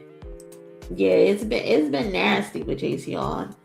Like, and it's nothing to do with him choosing a side, because at the end of the day, you're a grown ass man. You can do whatever it is that you want to do. If you want to stand next to Drake, by all means, stand next to Drake. Sit on that nigga lap all you want. It's the other shit that have people looking at you sideways and looking at you weird and questioning why you fucking exist. You know? Shout out to the cousin Naomi. Appreciate the Cash App donation. Thank you so much. Also, shout out to Nisa. Appreciate you so much, cousin. Thank you. Cook them leprechaun lovers. I think she's talking about Tory. Thank you so much, ladies. I appreciate that. Thank you. Yeah, it's bad. Like, do whatever it is that you want to do, but just leave Kendrick out of it. You know, if you want to stand next to Drake, by all means, stand next to that nigga. But stop all the extra antics. Stop all the shade. Like, I think the shade shit is unnecessary. Especially knowing what this shit could lead to. Kendrick not trying to be on that. Kendrick is trying to keep this shit very peaceful. He's not trying to cause no drama. He just don't need to turn into no Tupac, Biggie type situation, especially not on your own turf. You know, at the end of the day, like, that's what he did the pop out for. He did the pop out because he wanted to bring people together. He wanted to show unity for Compton, for Los Angeles, period. And then you have Game getting on social media talking about, oh, I wasn't invited to the pop out because of this and because of that. You wasn't invited to the pop out because you're a fucking weirdo. Why would he want negative energy there? Especially, you clearly don't really fuck with him like that. Why would he invite you to the pop out? Nah, there's no reason for you to be at the pop out. And then you get on Trail and what is it, Back on Fig? You get on their platform talking about, oh well, I got beef with all these other people and nobody could get me to squash the beef with these other people. Game, you are 50. You are 50 years old talking about you got beef with other people. Just stop it. This shit is so embarrassing. Thank God you were not invited. Ain't no telling how you would have probably fucked up the event. And then somebody would have had to really hurt you and put you down. And that's what people are likely trying to avoid. They're trying to avoid having to put hands and feet on you. Mac Wap already said it. Yeah, he said it in a joking manner, but I can tell he was dead fucking serious when he repeated himself. When he said Joe Compton ain't my Compton, I knew how serious he was. When 2 T's who doesn't say anything get on the internet popping it, oh, you done pissed some motherfuckers off. You done made some niggas upset. You got J-Rock in the comment section. The 2 people who don't say anything, J-Rock and 2 T's, are in the comment section laughing at you and telling you, stop capping. So they trying to be cool. They trying to be cool. And this ain't me talking about no shit that I don't understand. And I'm not trying to promote any unnecessary shit. But it's like, Jayceon, don't do something stupid that could start off a melee. You know what I mean? Especially in your own fucking backyard for a nigga who's likely only using you for a benefit. And then he's gonna discard you. Because that's how this shit goes.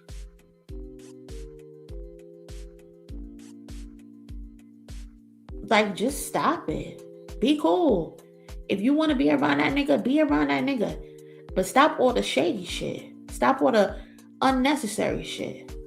There's no reason why you should be mentioning Kendrick in your interviews, especially when you was on Clubhouse talking about, oh, when I was up, Kendrick was walking.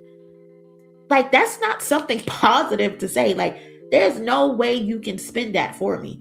Like, am I tripping, cousins? If I hear somebody say, when I was up and I was doing my thing, Kendrick was walking and I was in a Beamer and I drove past him while he was walking.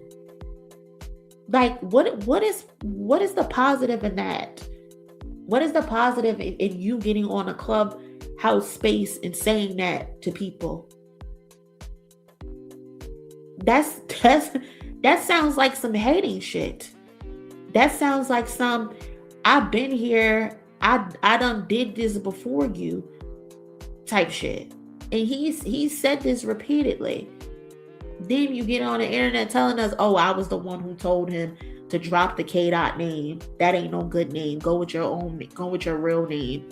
Like, now you're trying to take responsibility for his success. Like you had a hand in his success. Mind you, Kendrick Lamar documents everything. He got a whole song documenting how he tried to give you his tape to your barber, and your barber told him that you didn't like his music. But here you are years later talking something, oh, I always seen something in him. I always knew he was gonna be great. Like, that is weird. That was weird. That is so weird. That is some hating shit. That's some real hating shit. Now you want to get on the internet and tell me something, oh, I'm the best rapper in Compton. Ain't nobody checking for you, little nigga. Ain't nobody checking for you, Jayceon. Stop it. Oh, if I'm not the best, then Kendrick gotta come prove it. For what? Prove what to who?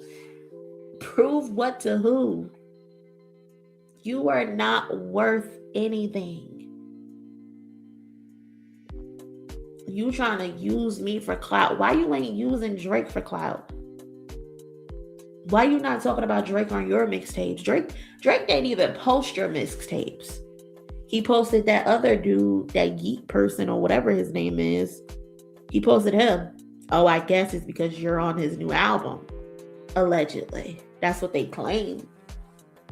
That's what they say, Jay-Z. You on a new album. Either you got a feature or you got a writing placement.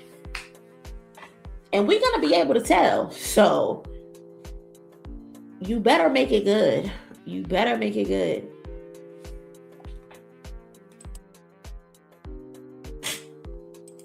LeBron don't got to prove himself to Tracy McGrady at all. At all. And shout out to T-Mac. Shout out to T-Mac. That's no shade. But facts. Ain't nobody coming to see you, Otis. Nobody at all. Like, you thinking a little bit too fucking highly of yourself because you get a little attention from Drake. Don't nobody care. Don't nobody care at all. That shit is wild.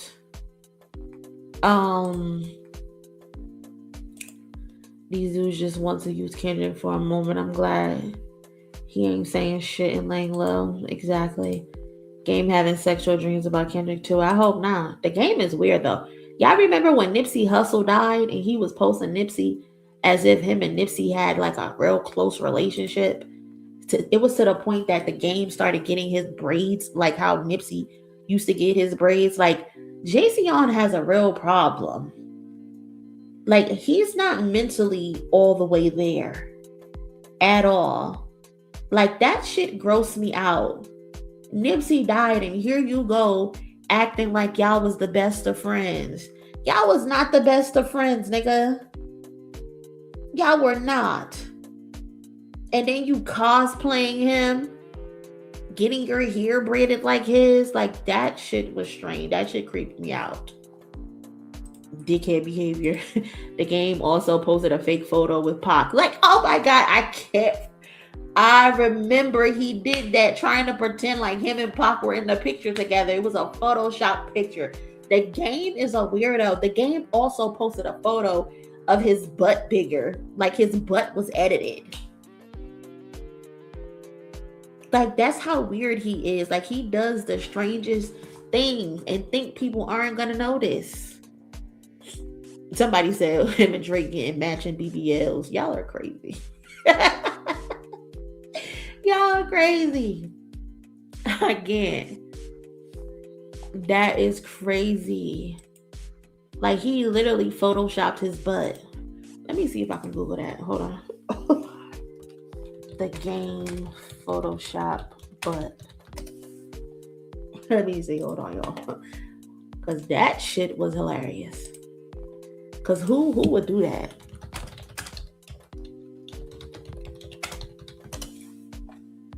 Images. Oh, here it goes. Wait, where's the picture? Hold on, y'all.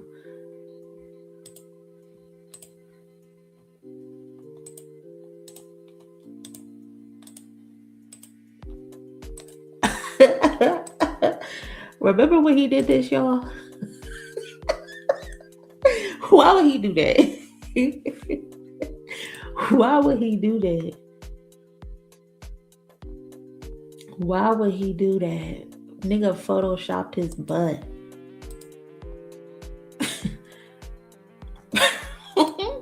This is a sick Negro.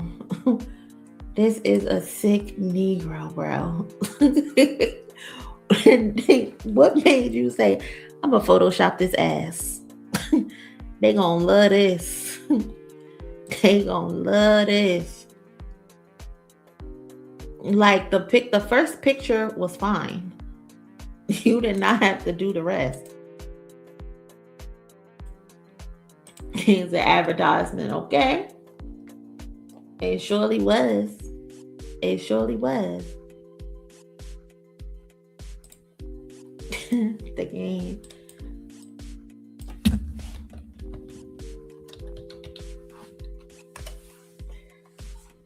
This is a sick Negro. Y'all, look at this nigga, y'all. Why is he like this, bro?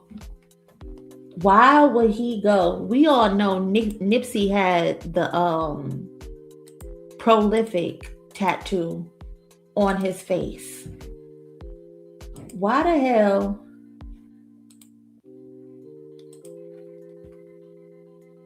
Nipsey had this on his face?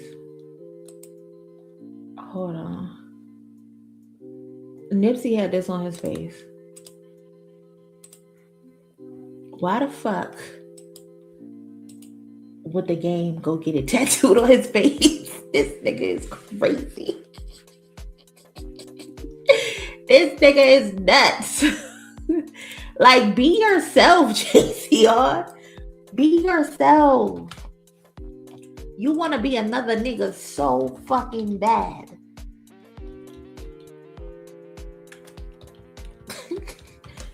This nigga. Oh my God. Hold up, y'all. Let me see if I can find a Tupac picture. Because that shit is funny too.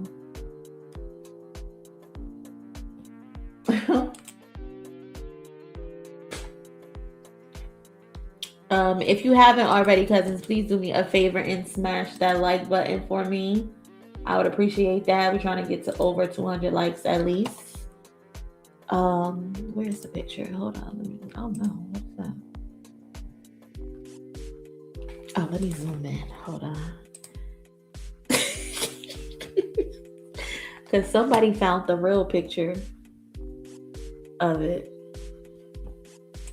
He's another Drake tattooing other people on their bodies. Just weird. Strange.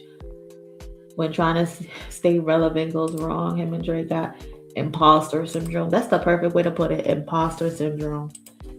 That is the perfect way to put it. They want to be everybody but they fucking selves. Hold on, y'all. This is the picture. The game. You looked at this and you couldn't tell this shit was fake. First of all, you weren't there. So why would you even think it was you anyway? You were not there. Look at his head. This man is crazy. This shit is so crazy. Hold on, let me see if I can zoom in some more. Oh no. Oh, I don't want to do that. Hold on. This nigga's a goof. Look at this. He really posted this to his Instagram. He really posted it. And this is the real photo, y'all. This is the real picture.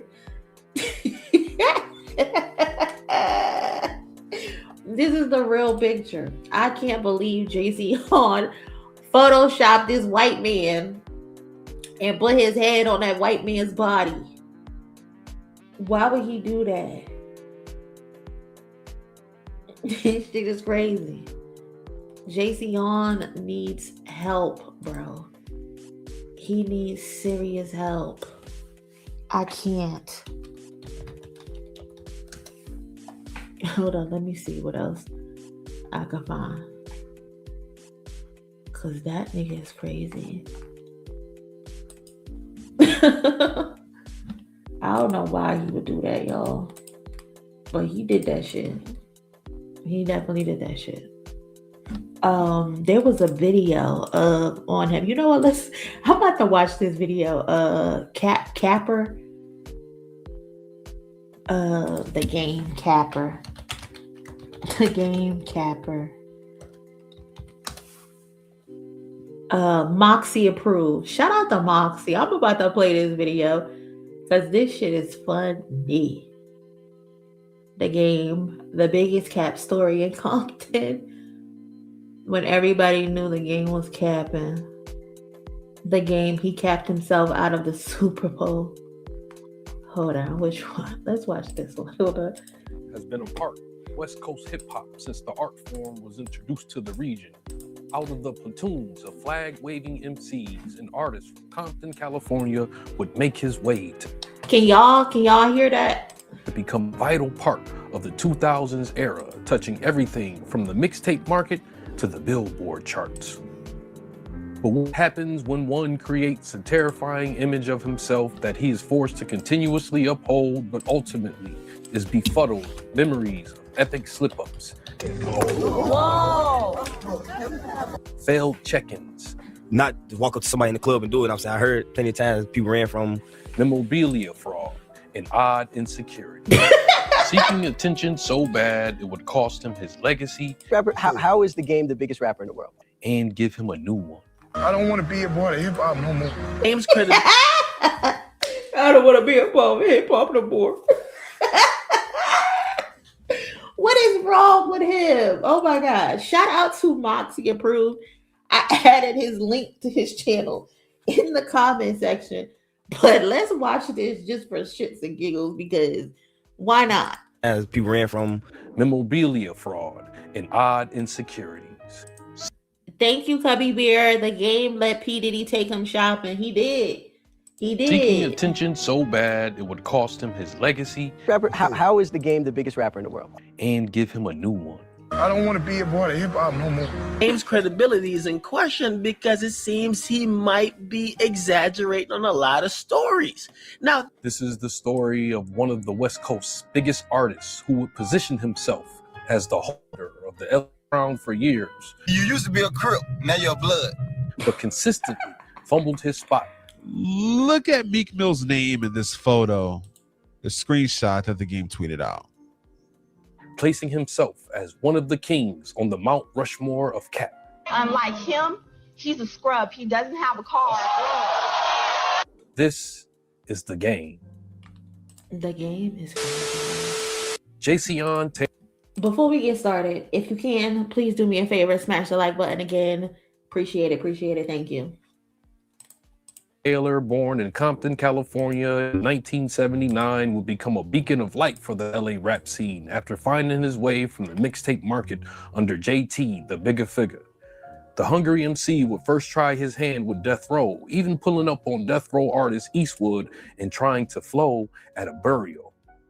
His career in entertainment would actually start years earlier before his Pyru membership, when a younger gang was on Change of Heart, Little Tattoos, and a Tongue Ring. He has a car, and I mean, he drove me. Wait, did he just say this nigga had a tongue ring? For his Pyru membership, when a younger gang was on Change Your Heart, Little Tattoos, and a Tongue Ring. He has a car, and I mean, he drove me everywhere. Unlike him, he's a scrub. He doesn't have a car. God damn, so this nigga look crazy. But soon, he would find his place signing with Aftermath Records and Dr. Dre. Out the gate, he would get himself into mischief. His biggest feud to date is with 50 Cent, which was so messy it would lead to him, one by one, outcapping the entire Aftermath roster and then some. That deserves his own cap story, so for now, let's just say the game would place himself on a deserted island where he could be his own king. But through a collection of ill moves, he would become a king. A cat king, that is. Before we go too far in this video, please do me one small favor and apply pressure to that subscribe button. Yes, apply pressure to that subscribe button. Being able to have a 3-part cap story is egregious. In the sweet spot where West Coast rap as a whole was taking the back seat to other regions, still recovering from the destruction of his biggest label, Death Row. Suge would be in and out of jail with no more artists.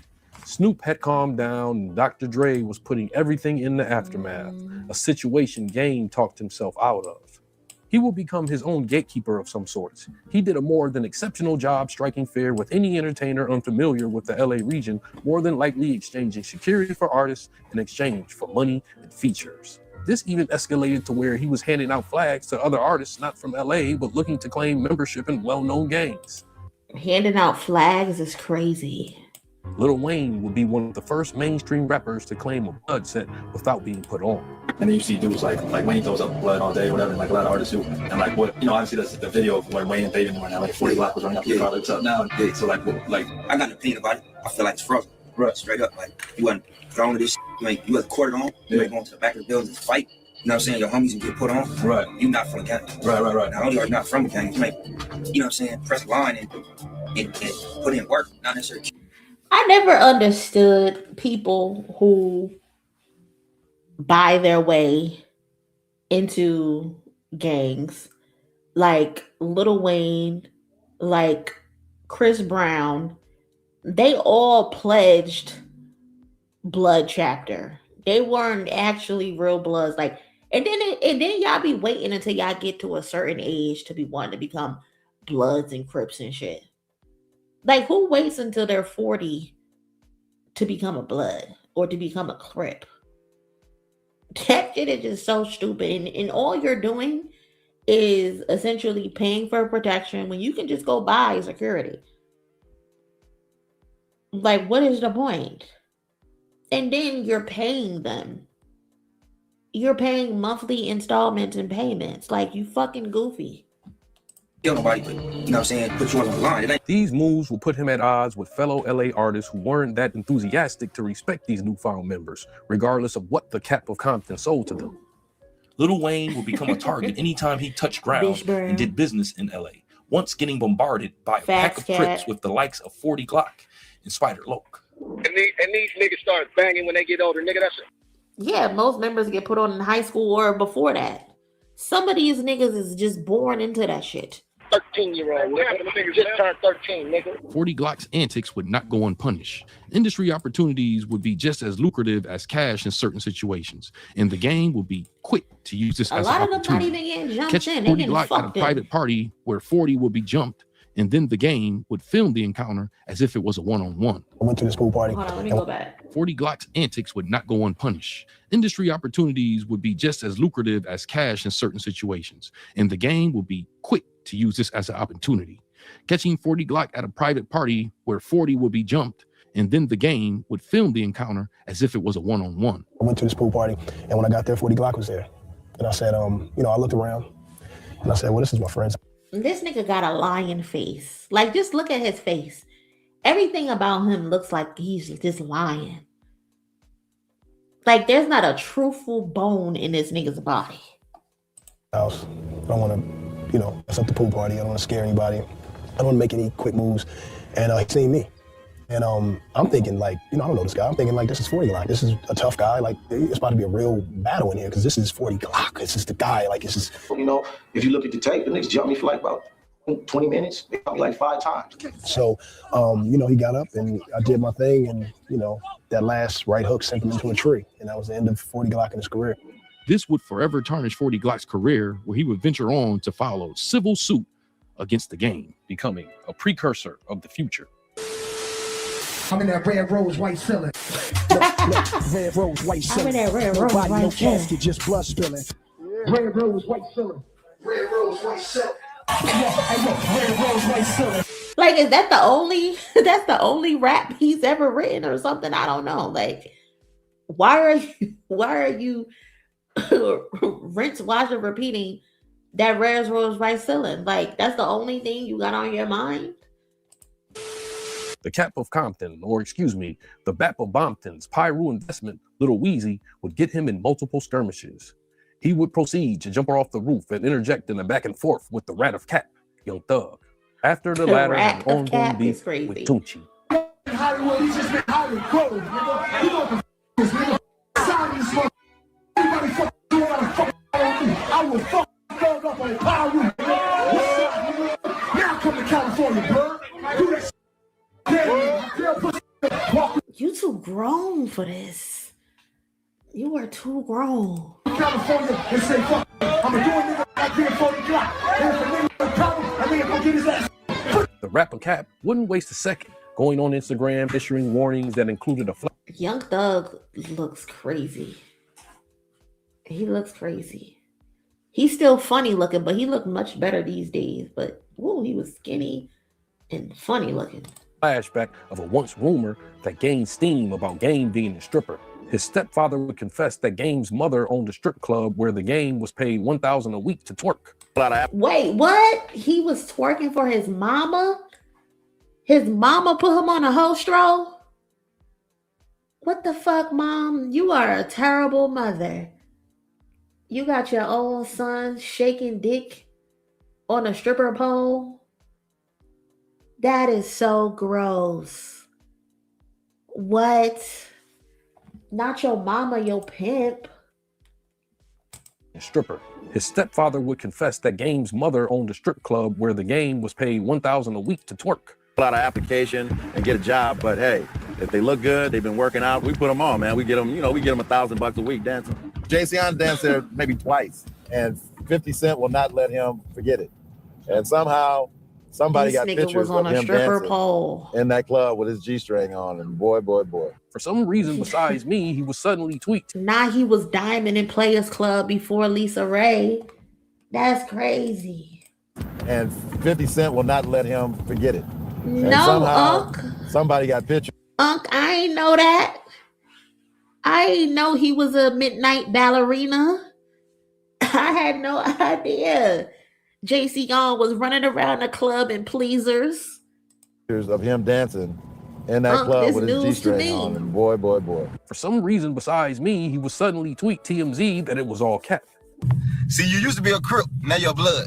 So I don't want no smoke with you. You got Bloods and Crips on your team. And you was a male stripper. And you know I'm in LA more than Arnold Schwarzenegger. And he the governor. Yeah. Young Thug and Game's beef would escalate to where family members begin to be mentioned. Game would even show up to ATL mid-beef with no worries. An associate of Game, JoJo Capone, would mediate. You know what I'm saying? We want to see them smiling. We don't want to see them frowning, and neither one of their mothers want anything to happen to them. See, the way the world is set up, they want all blacks to kill each other. But we're not. Black lives matter. So I salute Gang. I respect him. I'm sorry for making that post about him. Even though he was wrong, and he was in the wrong business, and taking for a nigga that wasn't taking up for themselves, it's all good. I seen Thug a video and shit. I think it take a real nigga to apologize and dance some shit. I think the next is getting him in tune. This chain looks so fucking fake. Oh, y'all can't see it. Shout out to Cubby Bear. Appreciate the donation, cousin. Thank you. But why this chain look so fake? Shit buried, cause Tune my nigga and then getting Tune and Birdman to settle their shit and get back to getting their money. OG out. The two would seemingly squash their beef, battle over, until suddenly one gloomy morning, the Game would go on The Breakfast Club to detail how the feud came to an end. And this is where the cat would be discovered. Young Thug had a quick little back. You see, yeah, it was real quick. About that. Yeah, real quick. You know. That was the quickest back and forth. I mean, you know, it gets real. Game's crazy. And I went to Atlanta right after it started, and look at his face, just lying. It got real. So y'all saw each other? Or? Nah, we never saw it. The Rat of Cat would immediately take to social media to call it out. Minding my business, trying to promote my little video that I got about to come out back for the work, the song Power. And I go on the Breakfast Club, being nose and see the nigga Game capping the pussy Charlamagne like he won't smoke, but you was not about that action. I'm uploading the video. Now he got him in 4K apologizing. What is wrong with Jayceon? Why do he lie like that? Like, he want to appear so tough. Y'all know, I think I've said this before, but have y'all ever saw Waist Deep with Tyrese and Megan Good in the Game and starring in it? The character that the Game plays in Waist Deep, the Game thinks that's who he is in real life.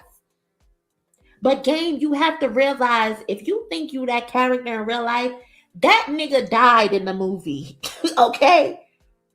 Like, what is your problem, bro? Like he won't smoke, but you was not about that action. I'm uploading the video. Real niggas want to apologize, and shit ain't nothing, man. So you know what it is, man. I got a lot of respect. We got too many with this all over this. So it's all up, man. You know what I'm saying? I'm gonna take that one.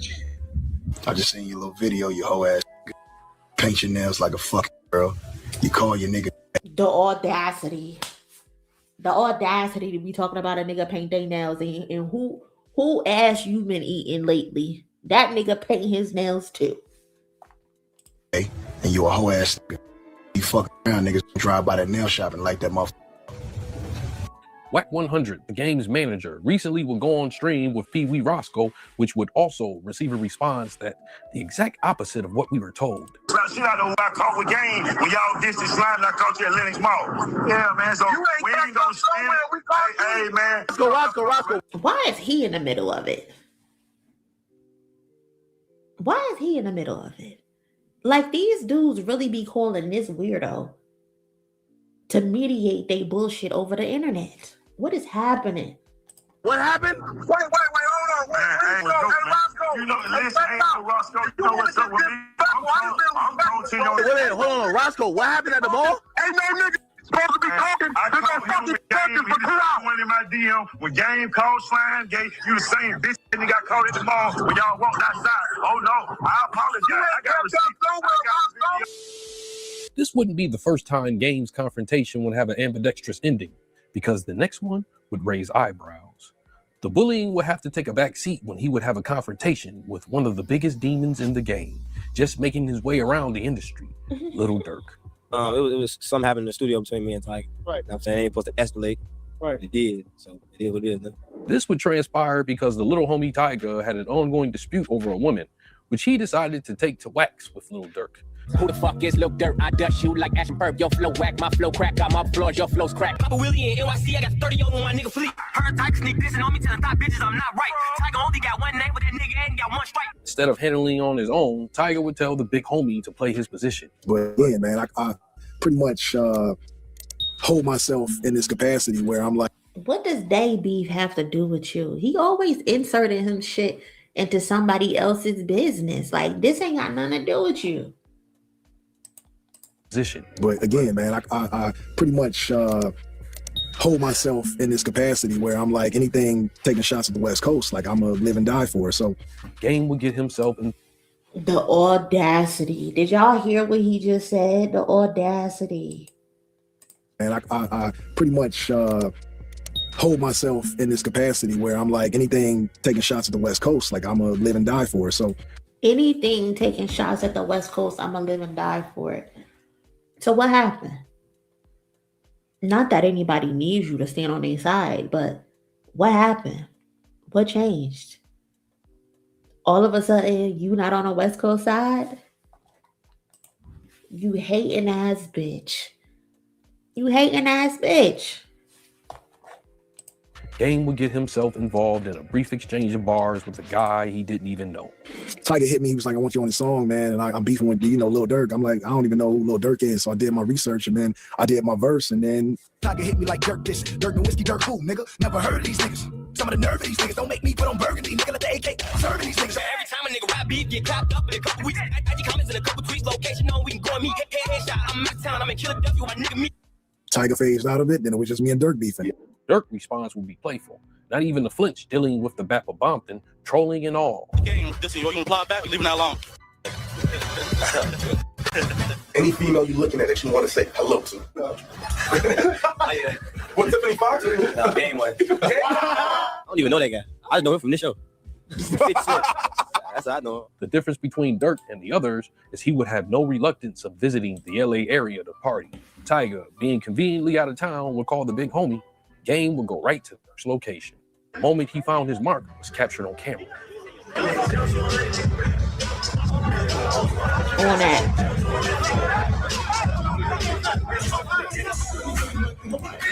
That's all you tweet, like, yo, Game a little one, blah, blah, blah. Like, how was it after? Conveniently out of town, would call the big homie. Game would go right to Durk's location. The moment he found his mark was captured on camera.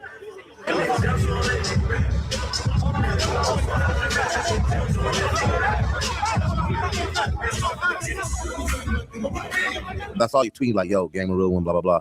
Like, how was it afterwards? Like, after I left the club? Like, the whole club scene was just like a standoff. Like, all right, I'm holding my ground. Right. And they like, I'm holding my ground too. Right. Like, cause some people don't do it like that. Some people just rather not just walk up to somebody in the club and do it. I'm saying, I heard plenty of times people ran from. Right. So I'm just like standing my ground. Like, where I'm from, we don't like run. Man, we stand up. Yeah, especially for us being in another city and on the come up, we can't let nobody do that to us. No. Yeah, we just holler at them, man. Like, we just want to see what it is, like see what we standing type. One of the homies named G Weed had put me on Game on 3-way. Right. And we had squashed from that. So this beef will be squashed soon after, or at least one would think. When I think he approached you somewhere, right? No, he was in LA. Everybody got that backwards, man. He was in LA at a Rick Ross party. And but Cat Kings are going to do what a Cat King is going to do. The stories of how this situation ended would quickly become blurred.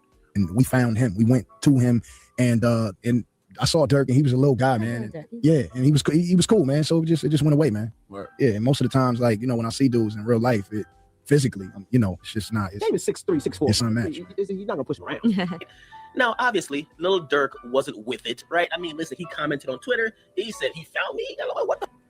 Now, he also made mention. He said, "I'm glad I'm not Twitter gangster," but It seems like the game might be lying. Whatever happened during that meeting, it was becoming clear to other artists that the game might not be as scary as we thought. He's not scary at all. He's not. Dirk, unfortunately, Dirk right now, that man is facing life. He's facing life in jail. I don't think that young man getting out of jail, but I mean, Dirk is a nice guy. He's a nice guy. I think the last time I saw Dirk was at his engagement party to India.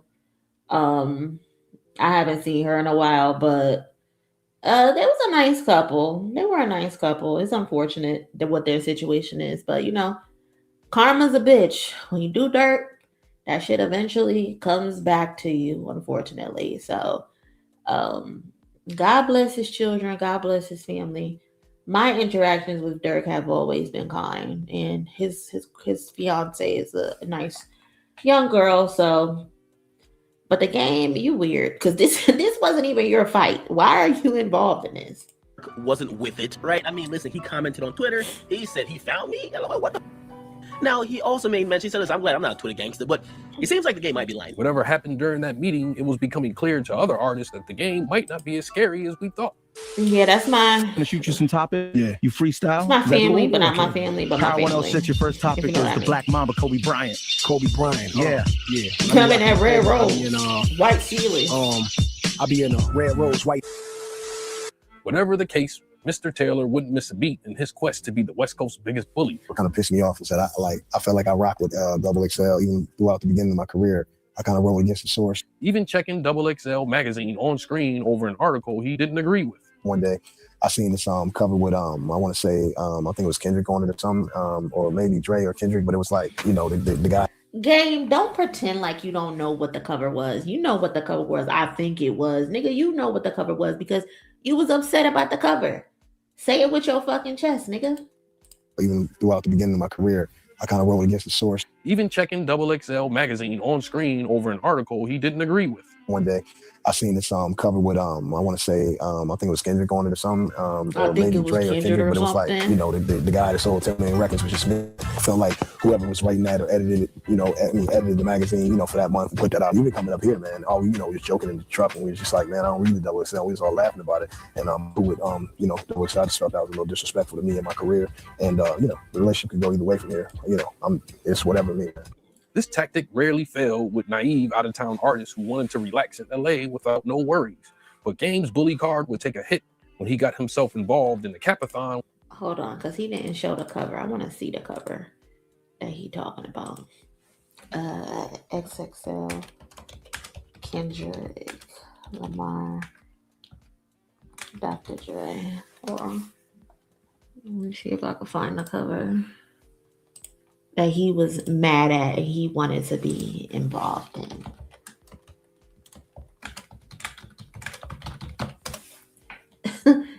The game is so fucking funny, bro. He's so funny.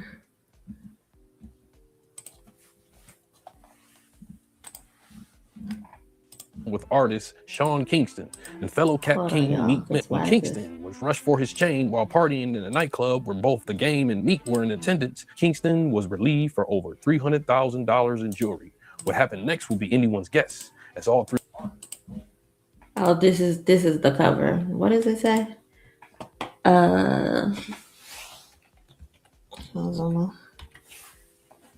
What does it say?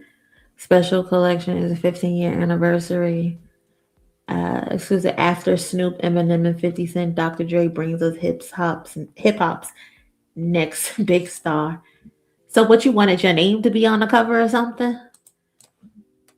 Huh, Game? You felt left out because they only mentioned Snoop, Eminem, and 50 Cent. That nigga been hating. He been hating. He been mad. He just wanted to be behind Kendrick. Get the fuck out of here, Game. You think highly of your career more than what we care about your career. In case you haven't noticed, JC Cat Kings. The Game would claim that Meek contacted the authorities and placed his name in the incident, which would shock Meek. who would conclude this was all because Game had an album coming out called 1992. This would be typical for Game to go after Meek, who was still recovering from a Drake ass whooping.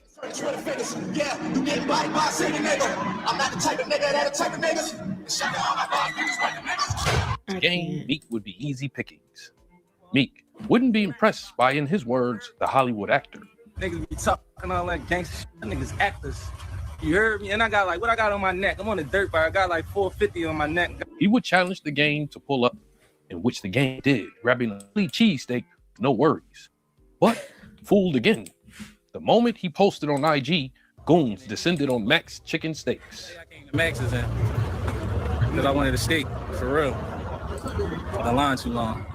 You know what I'm saying? I ain't even gonna go against my no beef diet. You know what I'm saying? Now you got caught capping about getting the Philly cheesesteak. That's crazy. Was the Game in here? The Game, the rapper, Game. He was never in here? Gino. So the rapper Game without the beard, tattoos, he was never here? No? OG, was the rapper Game in here? Was the rapper Game in here? Game. The rapper Game, was he in here? That man said, what game? So, of course, this would lead to a back and forth between the two over diss tracks. See that shit you got with Drake is like a slow leak. Blood will be dripping like Niagara if I poke me. Nicky won't get no sleep.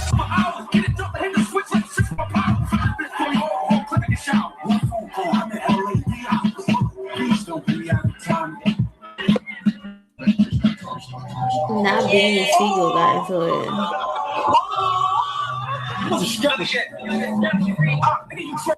Every time he go viral, welcome to the West. And this ain't the life of Pablo. Stay on that bullshit, it's gonna start to feel like Chicago. As I mentioned, this would all be a capathon that would somehow lead to Beanie Siegel getting punched in the mouth by one of Meek's folks. But we'll cover that in another Cap story. What up, man? It's your boy Kingston.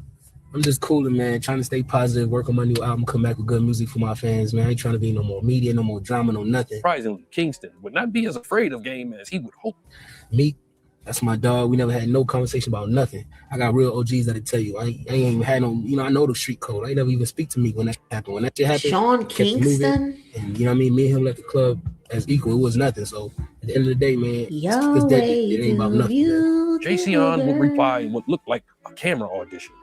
I wonder how many peanut butter and jelly sandwiches Meek had to make your fat jelly bean smuggler to switch up on his Instagram when you know fucking well that you got your ass robbed in the club, ran for all your fucking jury, you ain't do shit, you nigga. Why is he always on camera, bro? Then you be just laid up in the bed, shirt off.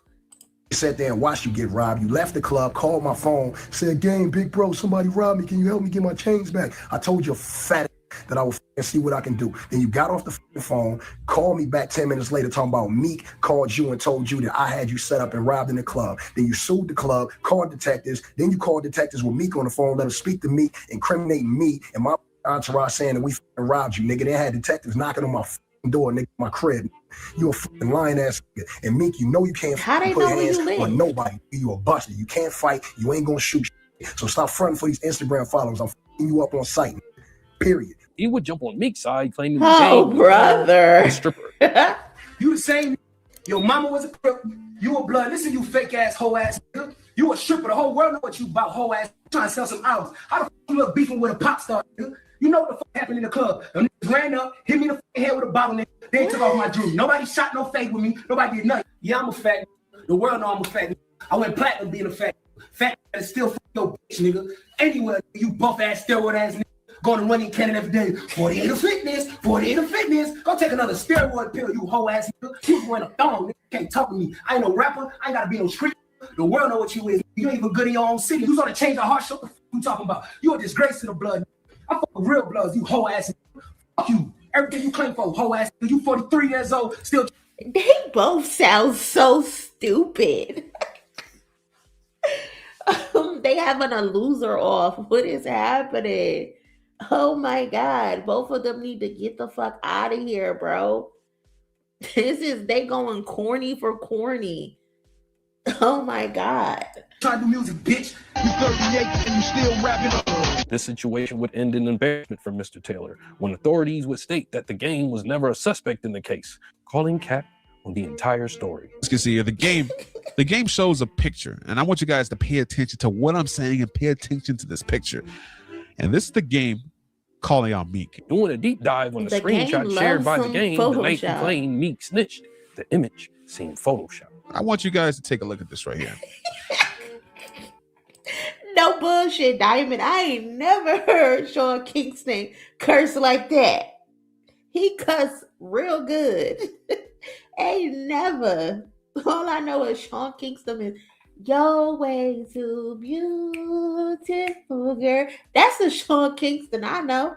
And then later on, him and his mama, I think him and his mama in jail for fraud or some shit. Look at Meek Mill's name in this photo, the screenshot that the game tweeted out. Like, you honestly can tell that it's slanted. Look, it starts from the left and it rises up. Slanted. Same thing happens with this number here, man. The PM, yeah. The number is slanted. photoshopped as well. Look, it rises up. You can honestly tell that this is Photoshop. As social media The hip hop game merged, the is game would such adapt. a dweeb, bro. What is happening? Yeah, you can definitely see that it's slanted. And then the PM is also off. What a weirdo. Number here, man. The number is photoshopped as well. Look, it rises up. You can honestly tell that this is Photoshop. As social media hip hop merged, the game would adapt. But he would That find the shit internet crazy. isn't that stupid. Jayceon would see the world changing around him, something that can be hard for any of us to handle. People don't understand, man. And that's why I don't want to be a part of hip hop no more. I don't want to be a part of hip hop no more. It just ain't right, man. And hip hop, it just didn't used to be like this, you know? He would learn Photoshop and all hell. How shocked he would see the world changing around him, something that can be hard for any of us to handle. People don't understand, man. And that's why I don't want to be a part of hip hop no more. It just ain't right, man. And hip hop, it just didn't used to be like this, you know? He would learn Photoshop and all hell would break loose. How shocking would it be to find out the game isn't comfortable with his body? He wants a BBL. Also, attempting to insert himself into a page of the Tupac book. This didn't used to be like this, you know? But he would learn Photoshop and all hell would break loose. How shocking would it be to find out the game isn't comfortable with his body? He wants a BBL. Also, attempting to insert himself into a page of the Tupac book. All to no avail. You That's Photoshop not yourself fair. on someone else and put a picture out with you and Pac. It's Pac, but it's not you. But the game wouldn't quit, taking himself back to the stripper days. Even showing us team leadership, causing a fight with his own teammate. Becoming a perfect example of flexing gone wrong when he bragged about receiving a preseason Kobe jersey he claimed was from his 81-point game. Tanking his credibility again when folks would find the Lakers had different warm-up jerseys for that day. And then there was the red rose, white ceiling. I'm in the rapping mood. Anybody can rap. Anybody want to, challenge me? You Got a lot of red on. It's gonna be hot, but I don't from the streets though, so I ain't gonna get shot. You ain't have to come at me like that, man. You know what I'm saying? Now it's my turn. I ain't freestyle in a minute. Let me see. Let's check it. Look, red rose, white ceiling. Failed check-ins and a lack of a BBL would be I police eliminated. can't. He would then try to pull his biggest cat move yet. In 2015, a woman, Priscilla Rainey, filed a lawsuit against Jayceon, alleging S.A. The point that 3 cameramen walked off set and quit because they got daughters and wives at home, and they said he's a piece of shit. Oh, you didn't know I got to see the footage, but I did. Get out my DMs. The game called Cap Why the you entire talking like case and that? failed to appear at any of the court dates, awarding the woman $7.1 million in a default judgment. Game called Cap on that as well, stating that she would never get a dime from him. The judge would call Cap after years of non-payment, and in 2020, Rainey was given ownership of Game's independent label Prolific and all the royalties from the 2019 album Born to Rap. Then, in December 2023, she was granted rights to the Game's Calabasas mansion to relieve the debt, confiscating the spoils of years of work Game contributed to hip-hop and gangbanging. Financially strapped, he would utilize one of the things in life he was known for, more capping. But the DM comes up, he'll tell you like, hey man, I see you putting in the work, da-da-da-da. In the midst of his legal situation, Wait, now had he's unsigned scamming rappers people cash app too? him $500 to $1,000 for placement. That's the go-getter right there, because now you like, man, the game just said I'm putting in work. You like, all right, bet. But that's where he gets you. $750 to get put on a mixtape, and that's all it takes to get somewhere on your level. It's that easy to just jump the ranks to where you at for $750? That sounds And you get what I'm saying? Anybody would think that. Well, when the mixtape Wow. dropped, it was on an anonymous account with 500 followers. He'll post it, but then after that, it's like once you're on a mixtape, he really don't care no more. And never made it to Game's mainstream account. But he wasn't done yet. He jacked Chad out of $4,000 he promised in exchange for a verse. So here's how the rapper The Game scammed me into sending him $4,000 for a verse. So I made a beat for him to rap over, and he was going to record a verse and then send it back to me for $4,000. I thought it was legit because I previously paid him to post one of my new songs in his story, which he did. So I thought it was legit. So it started back in March of 2022. I sent him $500 a month for 8 months until October of 2022. The producer threatened legal action, which had The Game shook. And months later, he returned the payment. So after I sent him the $4,000, it took him 3 months to get back to me. That's only because I mentioned I had to get a lawyer to get my money back or get the verse. He claims that he's been busy, you know, management got backed up or whatever. And I get it, he's a famous rapper. So I resent him all the payments and everything, and I still haven't heard anything back. And it's been 10 months. So what do you guys think? Do you think this is a scam, or do you think he's gonna actually give me my verse? But hey, Jayceon would finally put his bullying powers to good use, joining Vitaly to search for predators. What's going on? I just wanted to. You just wanted to do what? I think we should Bro, put you his head got, in the nah, bro, toilet. you got a sick, nah, bro. You got a sickness, bro. Like, what's going on with you? What's going on in your Bro, mind, just bro? answer him. Just what's going on through your mind? No one's gonna hurt you if you're being honest with us. Stop looking down. Look at me. I'm looking at you. So what's going through your mind, bro? I don't know. I was just. You tripping, right? You know your decision? Yeah. You feel good about it? No, horrible. What do you do after this? From a stripper to a pyro, to a check-in artist to a scam artist, Jayceon Taylor, one of the West Coast's best artists in the 2000s, will always have his spot as one of the most talented artists from the LA area. But what also will always be mentioned is the years of Cap, placing himself as one of the pillars of the Mount Rushmore of Cap, becoming a certified Cap King. Thank you for watching. Please check out other Cap stories in my playlist. Jayceon is an embarrassment. A fucking embarrassment. What is going on, bro? This shit is crazy. I cannot. Bro is a walking fucking contradiction. A walking contradiction. Like, he's too old for this BS. He's too old for it. Like, this is embarrassing. Imagine this being your dad. I see why people don't be want to fuck with him. Because he's just embarrassing. He has no fucking shame at all.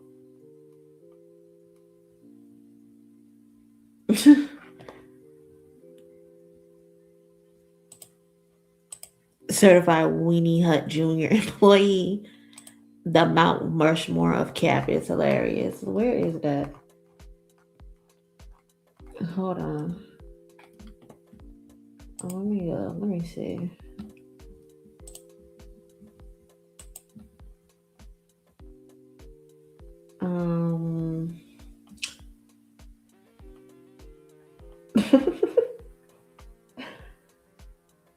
He got a Jim Jones, the capo of Cap stories.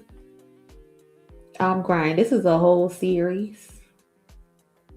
The first coded rapper Cap of Canada. That's hilarious.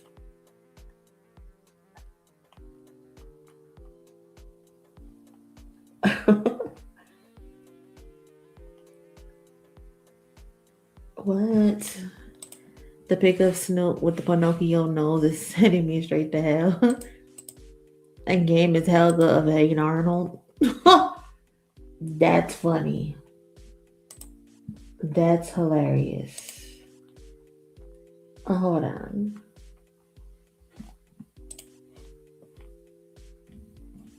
Shit is crazy. Where's bookmarks? For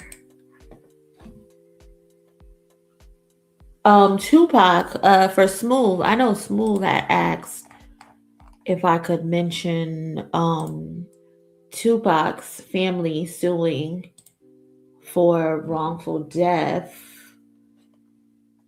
Hold on, let me see if I can get some more information on it real quick, because rest in peace to Tupac.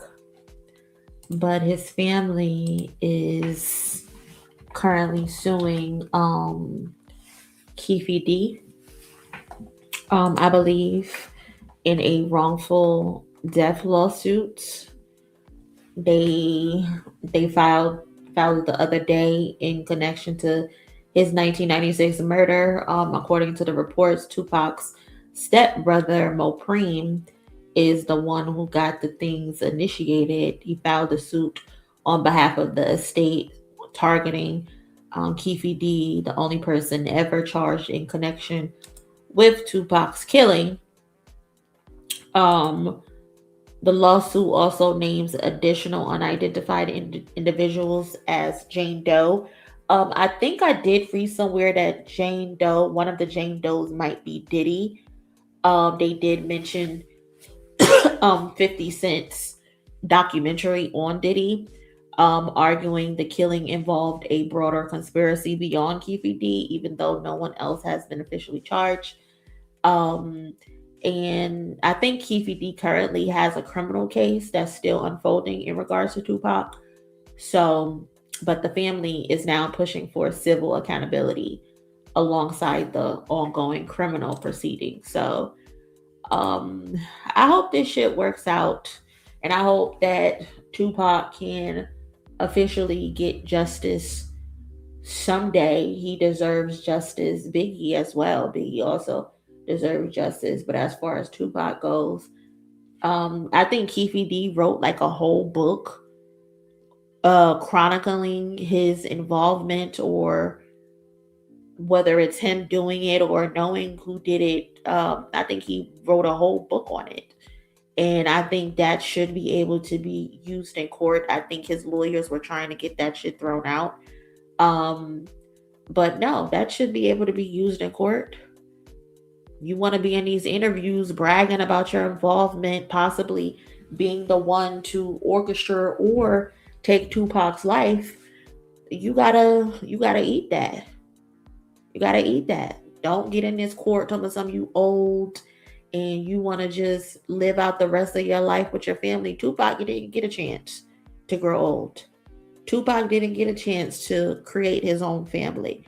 So no, we are not about to spare you just because you're old now. When karma comes, she comes. Ain't no telling when she gonna come, whether you're young, middle-aged, or old. You gotta pay for your crimes that you committed. And if you take a life, you gotta deal with that. You took a great person from their family, but you also took a great person from their fans. You didn't allow Tupac to be able to grow and become a better person. So why should we give a fuck about you and your future opportunities? You took this man's life, and for what? For nothing. For nothing. Y'all could have squabbled it out, fist fight, and let that be that. But no, you killed this man. So I have no sympathy. No sympathy at all. None whatsoever. Everybody else that was in the car is dead now. Exactly. He the only one standing. Karma delayed is not karma denied. Amen. Amen. So shout out to Tupac's family for never giving up. Shout out to his brother, Mopreme. I don't even think Mopreme is his biological brother. I think Mopreme is his stepbrother. But at the end of the day, that's his fucking brother. And I get it. Ride for your family by any means necessary. Go get him some justice, Mopreme. Represent. Because Tupac ain't die in vain to just never have this shit solved. All because Pac didn't want to let Diddy hit. You are craziness, no. You are crazy. Not all because what? That is not what happened. I can't.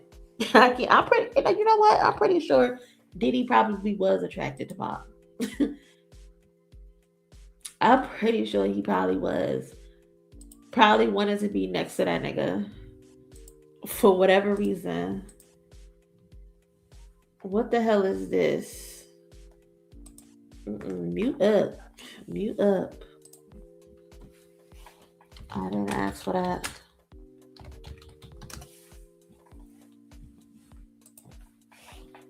Hold on now.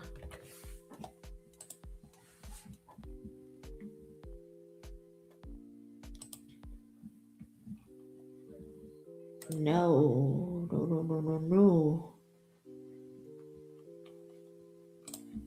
I don't know what that is. No, the crazy.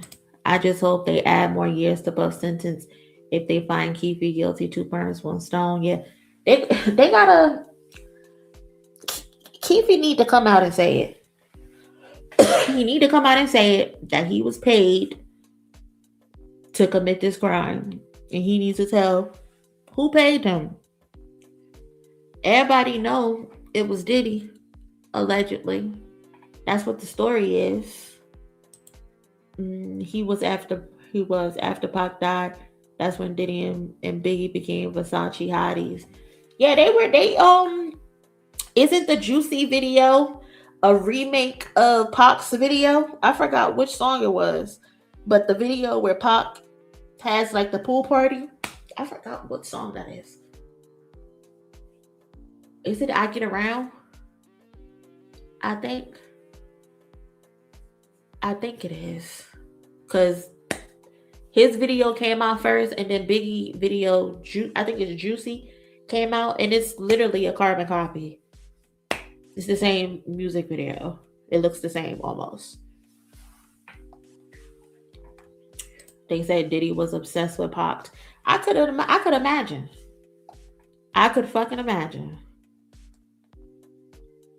Now it's all about Versace. You copy my style. Listen. Yeah, I Get Around. Is it How Do You Want It? Oh no, I think it's I Get Around. It's one of them shit. It's one of them. It's one of them, definitely. Let me see. Do I got any other videos to watch? I ended up watching that Doechii video on my own because I'm like, I'm never gonna get to it. So I ended up watching it on my own. I don't want to watch no David video.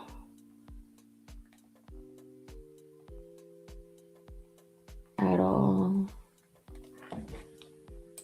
I'm trying to get obsessed with Fifth Class.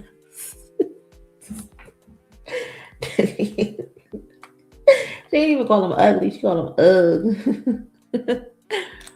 Did you ever watch Chasing Kendrick? Is that the J. Cole one? Chasing Kendrick. Did we watch that? I think we did. I think we did watch it a while ago on stream.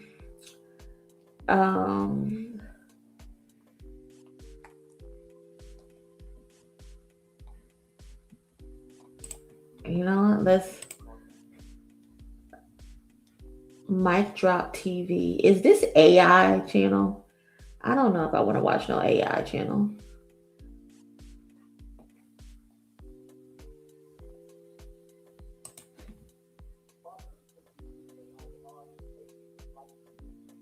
Yeah, I think that's AI. I don't like that channel. The one that's 3 hours long? That shit is 3 hours long. Y'all want to watch that? That shit is 3 hours long. I don't think we're going to finish that.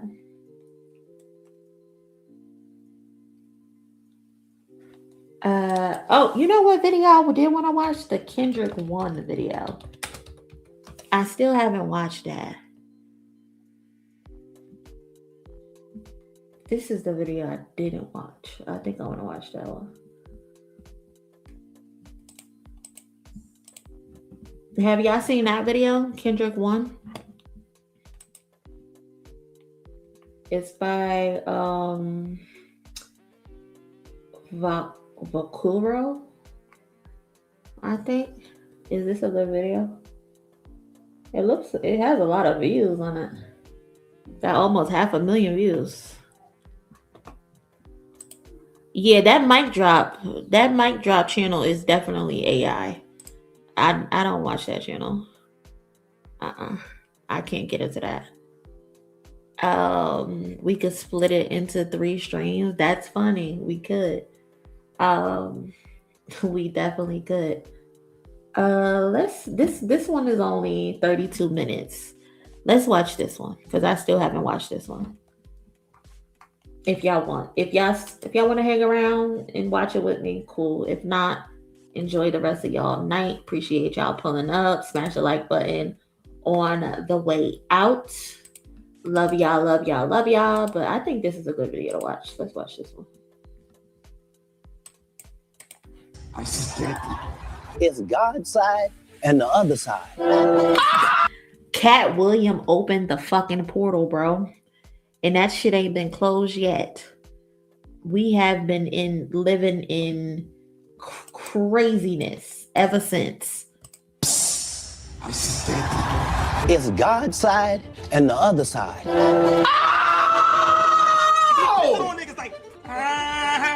All lies will be exposed. Oh my God!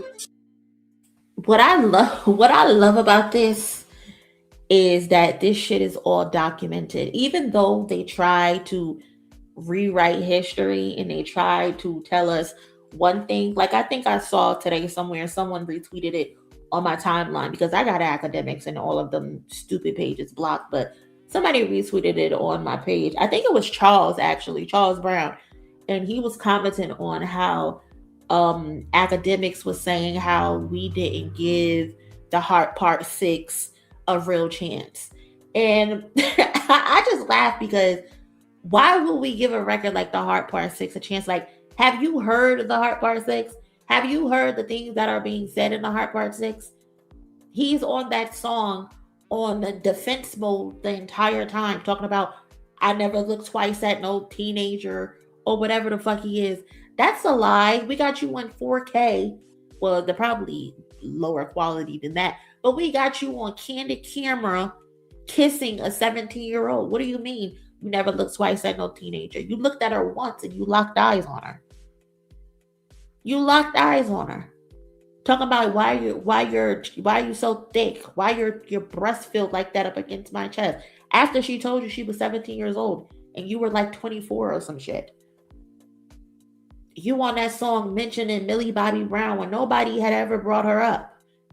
Talking about, oh, you expected the Epstein angle or whatever. Kendrick mentioned Weinstein or vice versa. I can't even remember which one he mentioned, but you mentioned the opposite of who he mentioned. You on that song literally waving the white flag, talking about you don't want to diss him no more.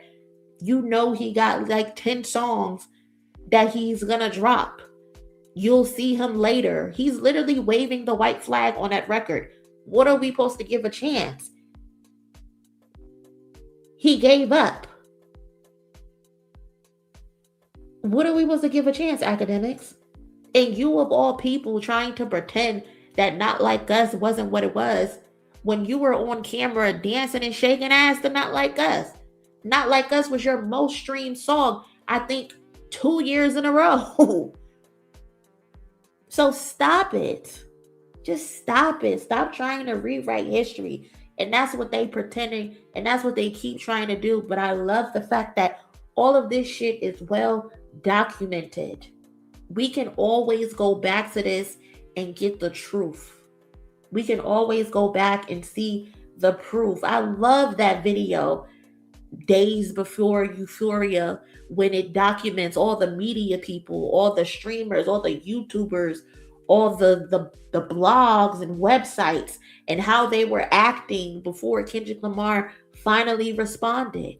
Everybody was talking cash shit, but they want us to believe that Kendrick Lamar had the media on his side. All of that shit is documented leading up. Certified lover boy, certified what? Kendrick, stop! And anyone who takes that the wrong way, know why they take it the wrong way. This man won 5 Grammys off of one song. The Grammy goes to... Kendrick, stop! And anyone who takes that the wrong way, know why they take it the wrong way. This man won 5 Grammys off of one. Look at him. Look at him. This is who was putting belt to ass. He looked like a little fucking Teddy Graham. This is who was putting belt to ass. This is who wrote Meet the Grams, a fucking teddy bear. The Grammy goes to. The Grammy goes to. Not Like Us, Kendrick Lamar. There's no discussion anymore, bro. Kendrick has won the beef. You know, at the end of the day, past all the politics, past all the numbers, it's what music make you feel. You are a part of the generation who were a kid when there were the riots in LA. Yeah. And I was there. But did it still affect you back then or in your family? It definitely affected us back then, you know. Anytime I smell smoke, some type of smoke, I think of Lightning Free Rise. It's a certain smell, you know, woods burning and, you know, shit like that is burning. That triggers for sure, as far as my memory. There's smoke everywhere. My pops had a bunch of rims, car rims in the backseat, because he just came out to swap meet and took like a whole bunch of rims. Went back to the house, then he came back again and had like a refrigerator like that. you are the generation who saw a black president, but you are the generation who saw many black people still killed by the policemen. Mm-hmm. How does it feel to live in that schizophrenia? It's tough. It's really tough, especially growing up in the city of Compton, because it's so easy to get your hands on neck. Basically coming to grips with reality, saying I'm a teenager, I'm out here. It's a possibly chance that I won't see tomorrow. Do I have this right? You saw your first murder when you were 5 years old? Yes, sir. Thank you so much, Nikki Dream, for the contribution on Cash App. Thank you so much. This is real shit. This is real shit. And so the audacity. I just can't believe the audacity of someone who grew up in the suburbs of Canada, a child actor trying to tell me I'm not from that, something that he's pretending to be. The audacity. The gall. Basically coming to grips with reality, saying I'm a teenager, I'm out here. It's a possibly chance that I won't see tomorrow. Do I have this right? You saw your first murder when you were 5 years old? Yes, sir. What happened? It was outside my apartment unit. A guy was out there serving his narcotics and somebody rolled up and with a shotgun, blew his chest out. These stories are so serious and so in depth. It's just about me seeing somebody get killed. Just as a kid, yeah. Being right there and knowing how it all went down, you feel me? Immediately, it done something to me right then and there to let me know that this is not only something that, you know, I'm looking at, but it's something that maybe I have to get used to. It starts with my family in Chicago. Came straight to Compton in 84, had me in 87, so the gang culture was always in my life. I was raised inside the gang culture. My parents fairly young, you know, so I actually grew up with them. And I was in the household, they partied and they had fun. And me being in the household with all these house parties, you know, my parents being young, it was a new life for me. It was a fast life. And me being the only kid, I got to witness all of that. Was your dad in a gang or something? Yeah, he's affiliate. He was affiliate. Mm. So your dad's in the gang. They decide to move to Compton. Right. How do you avoid getting into the gang lifestyle in Compton when your dad is not telling you it's a bad thing? Well, he's telling me. I was probably like the only one out of my friends. I had about 30 friends in the neighborhood. The only one that had a pops there every day telling me, yo, don't do that. My pops did what he had to do, you know, to put food on the table. You know, sometimes it wasn't always, you know, the super legit way. And me being young, I was a pretty wise kid. I knew what he was doing. You feel me? This is, for a minute, it made me like, I want to be just like him. As I grew as a person, you know, I had to make the choice and I found out what was right and what was wrong. I think at the end of the day, it made me into a positive person. I mean, living in a crazy ass city, that's my whole story. California Love. So you were on. No actual smart person is gonna be running around really gang to the death. Like, especially when you actually see the shit that can come from that. Why would I want to glorify that when I done lost family members to this shit? When I done lost people that I actually loved to this shit? You think I'm gonna get on the internet and in these songs talking about I'm gang this, I'm gang that? You don't. I don't have to say it. You see what I am. But people like that don't really come from that shit. That's why they want to throw up these signs and shit to look cool. On the set of the video when you were like 8? How did you get on the set? I was around 8 years old. They were shooting a video in my neighborhood in Compton. My father seen him, went 2 blocks down, got me. By the time he got me, everybody was out there. It was like pandemonium. You know, he put me on his shoulders. And there they was, Dr. Dre and Tupac right there. And I think it was a white Bentley. That moment right there, whether I know it or not, subconsciously, I think it eventually brushed me off to what I'm doing now. You know, it was already designed in destiny. That day I said, I want to have an influence like that on all these little kids. 15 years later, I meet Dr. Dre and I explained that story to him when I seen him. And he remembered that exact same moment. And That's a remembered full the kids that circle was out there. moment. I said, Dre, I was one of them kids that was there. I was raised around music my whole life. You know what I mean? From gangster rap to oldies. Since he was born, I brought him home listening to like stuff like NWA, rap, oldies, everything. That's probably how he got inspired. It was inevitable. I really was a big Pac fan. You know, Pac passed. There was a void that was missing in hip hop. DMX came out. I started writing because DMX first. Thank you, T. Nicole. Appreciate you. Thank you. When he came out, because there was a void that was missing. I need to hear some real shit that motherfuckers that I can relate to. And as a kid, I connected with it, you know, because I see my older cousins going through the same type of feelings and emotion that these artists are going through. I'm so far ahead of my time. I got people 5 years from now pressing rewind. I wrote my first line when I was 13 years old. I was around killing people. Oh man, I think I probably killed about 30 people in like 2 bars.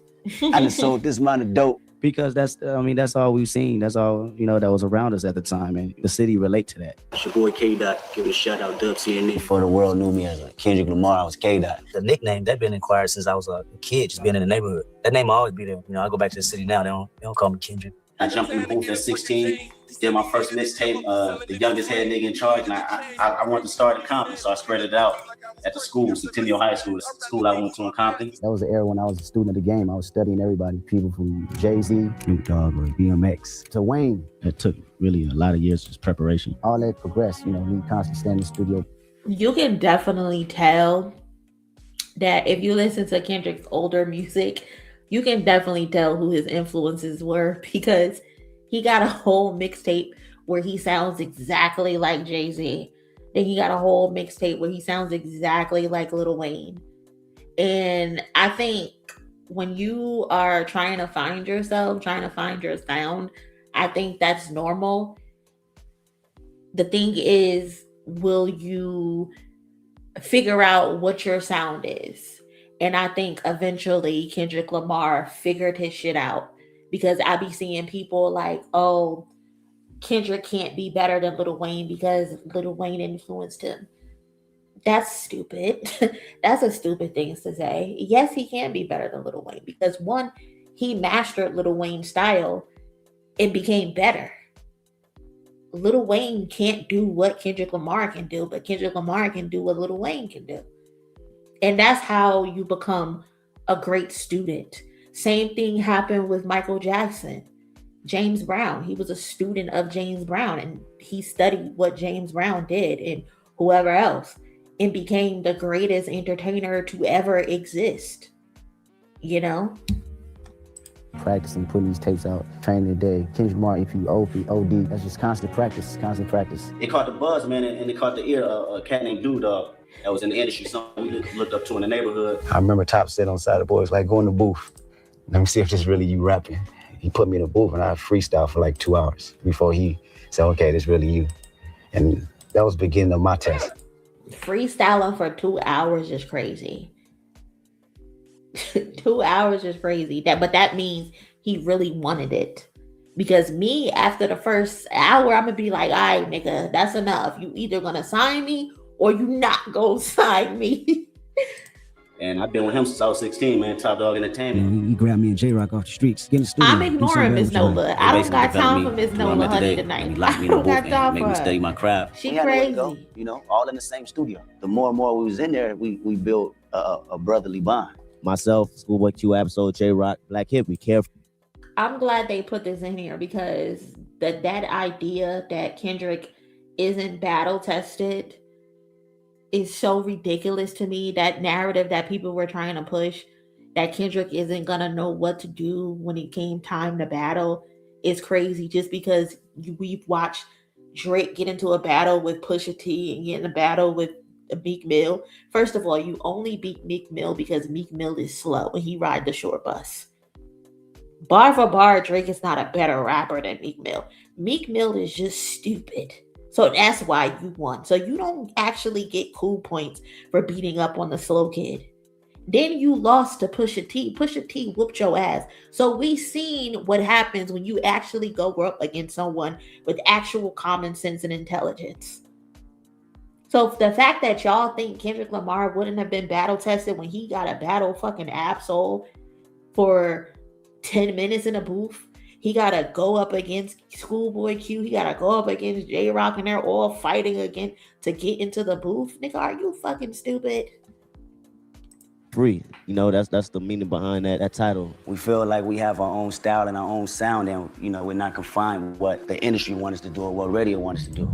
And I'm in the city of Compton, checking out my man. You might know him. He goes by the name of K-Dot, but recently changed his name to Kendrick Lamar. K-Dot was a student of the game, just learning his niches. And by the time I became my own person, you know, Kendrick Lamar came and have more story and more details and what I'm talking about and more concept, you know. I felt like these people need to know who I am, not just a person out here rapping like every other person in the world, you know what I mean? Well, I felt like it was a time for the world to know me as a person rather than just a person that can rap 100 bars. It was not only a different name, but a different approach and music style, you know, that actually stood out from the rest of the pack. It feels like when you change your name to Kendrick Lamar, that's when a change happened in your career. Like you start to get noticed by different people, and it was like you took a different turn. Right. What was like that first moment where you thought like, wow, this is actually turning a corner?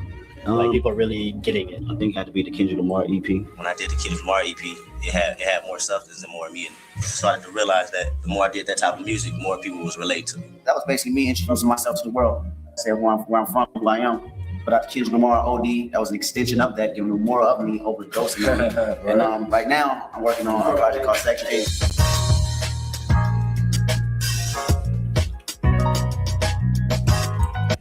Why the fuck is his face wet? What they had going on over there, Kendrick?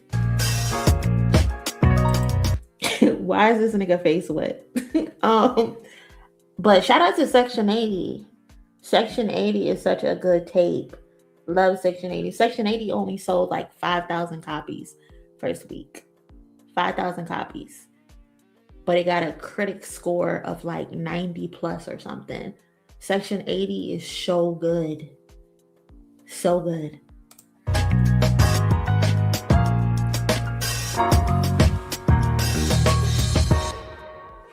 Section 80, it means a generation, my generation. When I said Section 80, I talked about everybody from 1980 to 2011. Teenagers, young adults, just going through the tribulations of becoming an adult and being responsible. I want them to know that I'm not talking to them. I'm actually talking with them. It's me times 10 for tomorrow, D. Section 80 is you times 10. I feel like I accomplished it because I go in these streets and they be like, man, yeah, you did it for me. He looks like his grandfather. Criticism on that album cover. People think that if you have a Bible, it's supposed to be some holy water on the side of it. That's a person that's already, you know, saved. I'm not speaking on them. They're good. I'm speaking on the person that's looking at this clip you just put on the drawer, these condoms, a woman's lipstick, and sees this Bible, showing that he's still a human being, but he's trying to find himself at the same time. That was the whole point. I definitely expected the impact that Section 8 has, only because, you know, I think I executed it well to where, you know, it made sense to everybody. Nigga, you got the torch, nigga. You better run with that. This fake ass nigga. This fake ass nigga. Oh my God. I can't wait to see Snoop Dogg slap the back of his fucking neck. Just piss me off. Every time I see his face, just piss me off. Mind you, this passing of the torch was before Kendrick Lamar went on tour with Drake. So the idea that Drake made Kendrick because he took him on a little funky ass tour that he was benefiting from is crazy as hell to me. You better run with it, nigga, because it's yours. So you're on A hater just wanting to be in a mix. Look at him. Stage now, and you've got Dre, you got Snoop, and you got The Game, and then they crown you the new king. Just wanting to be involved. Get the fuck out of here, bro. They never passed you the crown, JC on. If you listening, I hope you listening, nigga. They never passed you the crown. They never said, here, we giving you the torch, run with it. Never did that for you. West Coast, how does that feel? Man, it feels great. That's a lot of responsibility for sure. Man, these are heroes, man. for them to come back full circle and embrace me, man, it feels like the grind and the dedication really pays off at the end of the day. That's how I feel. That moment right there was all the emotions coming out, you know, on Just stage. wanting to be from the hurt, involved. you know, the struggle that my family been Wanting through. to be The ones I important. lost, Wanting to the ones be that want to seen. see me make it, but you know, didn't get to see that moment. All that came out on that very stage. I don't think they really understand the story all the way. Let's go back. How He more was so The ones I happy. lost, the ones that want to see me make it, but you know, didn't get to see that moment. All that came out on that very stage. I don't think they really understand the story all the way. How more in depth the story really is of my life of growing up in the city. As far as I put out there, I'm just the good kid in the mad city. You know what I mean? I put out the positive out there, but they don't know the negatives I had to go through yet.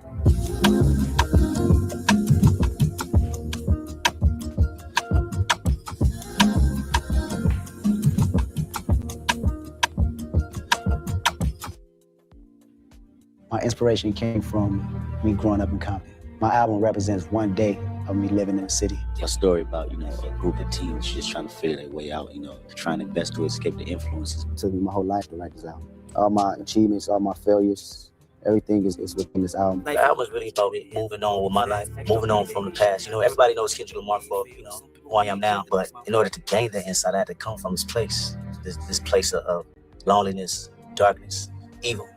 Nobody knows that. I talk about murder, I talk about violence, I talk about all of that. But the backstory behind it is, who gives the consequences for it? Who's going to pay for these things? Not to glorify it, to educate you on it, to know that it's real. A lot of people think it's really just, you know, about me, but it's really a reflection on the people I grew up around. You know, a lot of people that they call delinquents. I embrace alcoholism, gang violence, brutality on my people, simply because it's topics that I'm most familiar with. It's hard to stop a habit. You know, this is what we've been seeing since 1-2 years old inside the family. The half of the story of kids in Compton is basically good kids in the mad city. I feel that we are good kids in the mad city. You know what I mean? It all stems from being a kid and it's just the shit you exposed to. You know what I mean? I was exposed to it too. From Compton, I could have easily came out and said, I did this, I did that. I'd killed a whole bunch of niggas. Just giving off fact where I'm from. But that ain't me. I'd rather talk about my reality. You know what I'm saying? I'd rather talk about something a little bit more deeper than that. I'm doing it in a way where it's respectful, you know, not only from them, but from the world. I'm not putting a bad name. You know, That's when he had them Compton sister has locks. so much negativity and like we're not capable of anything else. And I felt like music was, you know, a positive light. I go through these neighborhoods, you know, and they say, you know, keep telling the message, keep telling our story, and keep putting a twist on it rather than just glorifying it. That gives me, you know, enough hope and enough encouragement to keep doing what I'm doing rather than let the media portray something that, you know, they think just to sell records. I always had this premeditated that there was going to be my album cover for years, you know, because it represents so much, not only the household I grew up in, but just a lot of people's lives that just came up, you know, in the ghetto and in urban neighborhoods. That's my uncle right here. Both of them are uncles. Okay. All the way to the right, that's my grandfather. And a baby bottle next to a 40 ounce, next to a gang sign, holding a kid. Like this is, it's not just music to me. It's not just music to me. Like, this is a story. Storytelling was the whole niche of the album. I want to bring that back into the game. I just go through a breakdown as if I'm reading a book, you know, and how I want people to hear this from a book sequence. And I just thought of this crazy, you know, idea to tell this story about, you know, my life, you know, a situation happened in my life in one day, you know, and make it a short film. You know, it's not 25 years, you know, and an album is just that one day. And that's a short film to me. We're in the era of ringtone rap. We're in the era of where rappers, it's all about the hooks. What kind of deal with the devil did you make to be able to make good music and actually be getting attention for it? I make albums that have that type of longevity. If not, I can just give you a whole bunch of singles on one record. I make albums where I want you to go back and listen to 100 times. I love fun records. I love fun. I love records that's on the radio, but it also needs that balance. A lot of people enjoy the album. I've been touring all around the world. Good music. Seeing people respond and how they relate to it. So it's been a very, very productive year. Great reception, great response, great numbers, great. Y'all remember when Kendrick used to talk to us? Also, shout out to Robin Silver for the Cash App. Appreciate you, cousin. Thank you so much. But y'all, remember when Kendrick used to talk to us? Now he don't talk to us. He can't stand us. Good times. Good times. Views. The album dropped, and then the same thing that's been happening with my, you know, career since day one, just word of mouth. I feel good about it, knowing for the fact, you know, I went into this album making sure I didn't do nothing half-stepping. That's me. 110%, just greatness. Beyonce And, too. you know, keeping it original as possible. I'm glad that everybody's aware of that and recognize it for that. He's dope. That's what you wanted to know? What I thought about Kendrick? I know you saw Pharrell's tweet. You're saying but this era is Bob Dylan. Crazy. Yeah, he one of the next out of comp. He one of the next to me in America, period. He's one of the next. And the Grammy goes to? This is my 9/11. This is my 9/11. Macklemore, you better not ever let me catch you outside. You better not ever let me catch you. Recording Academy, you better not ever let me catch y'all. Because how did this happen? How did this happen? Macklemore and Ryan Lewis. Good Kid, Mad City has not one Grammy to its name. Not one Grammy to its name. The longest charting rap album in history doesn't have one Grammy. It also, it never went number one. It only went number 2. Shit is crazy. How this album didn't go number 1, blame Taylor Swift, because Taylor Swift blocked it. And it also, white people. Look what the white people did. Shout out to Demi. She don't count. I love Demi. Kendrick is a friend of mine. He's somebody that I love his music. And in my opinion, had the best rap album of the year. I think we made a great album. I think that Kendrick made a better rap album. Did you ever feel any way about him posting the text message or anything like that? Yeah, I think it was uncalled for, to be 100 with you. I think for confirmation from the world, you know, he probably felt like he had to put it out there, which he didn't need to do. He didn't need to do, but you're a cool dude. But, you know, sometimes the card folds like that. What do you want people to say about the album, 24 hours after? I mean, what do I want? It's going to be a classic? Yeah, 10 years down the line. Is that bootleg Kev? He looks so young. Dude, but, you know, sometimes the card folds like that. What do you want people to Look how young bootleg Kev look. say about the album, 24 hours after? I mean, what do I want? It's going to be a classic? Yeah, 10 years down the line, it'll be a classic. They will be calling it classic. Yeah, they definitely will be, because I went in the studio making sure I did nothing less, than something that's classic worthy. Right now, it's a great album. 3 mixtapes in, 1 commercial album. Right. What's going on with album number 2? It's in the process. It's in the process? We're cooking.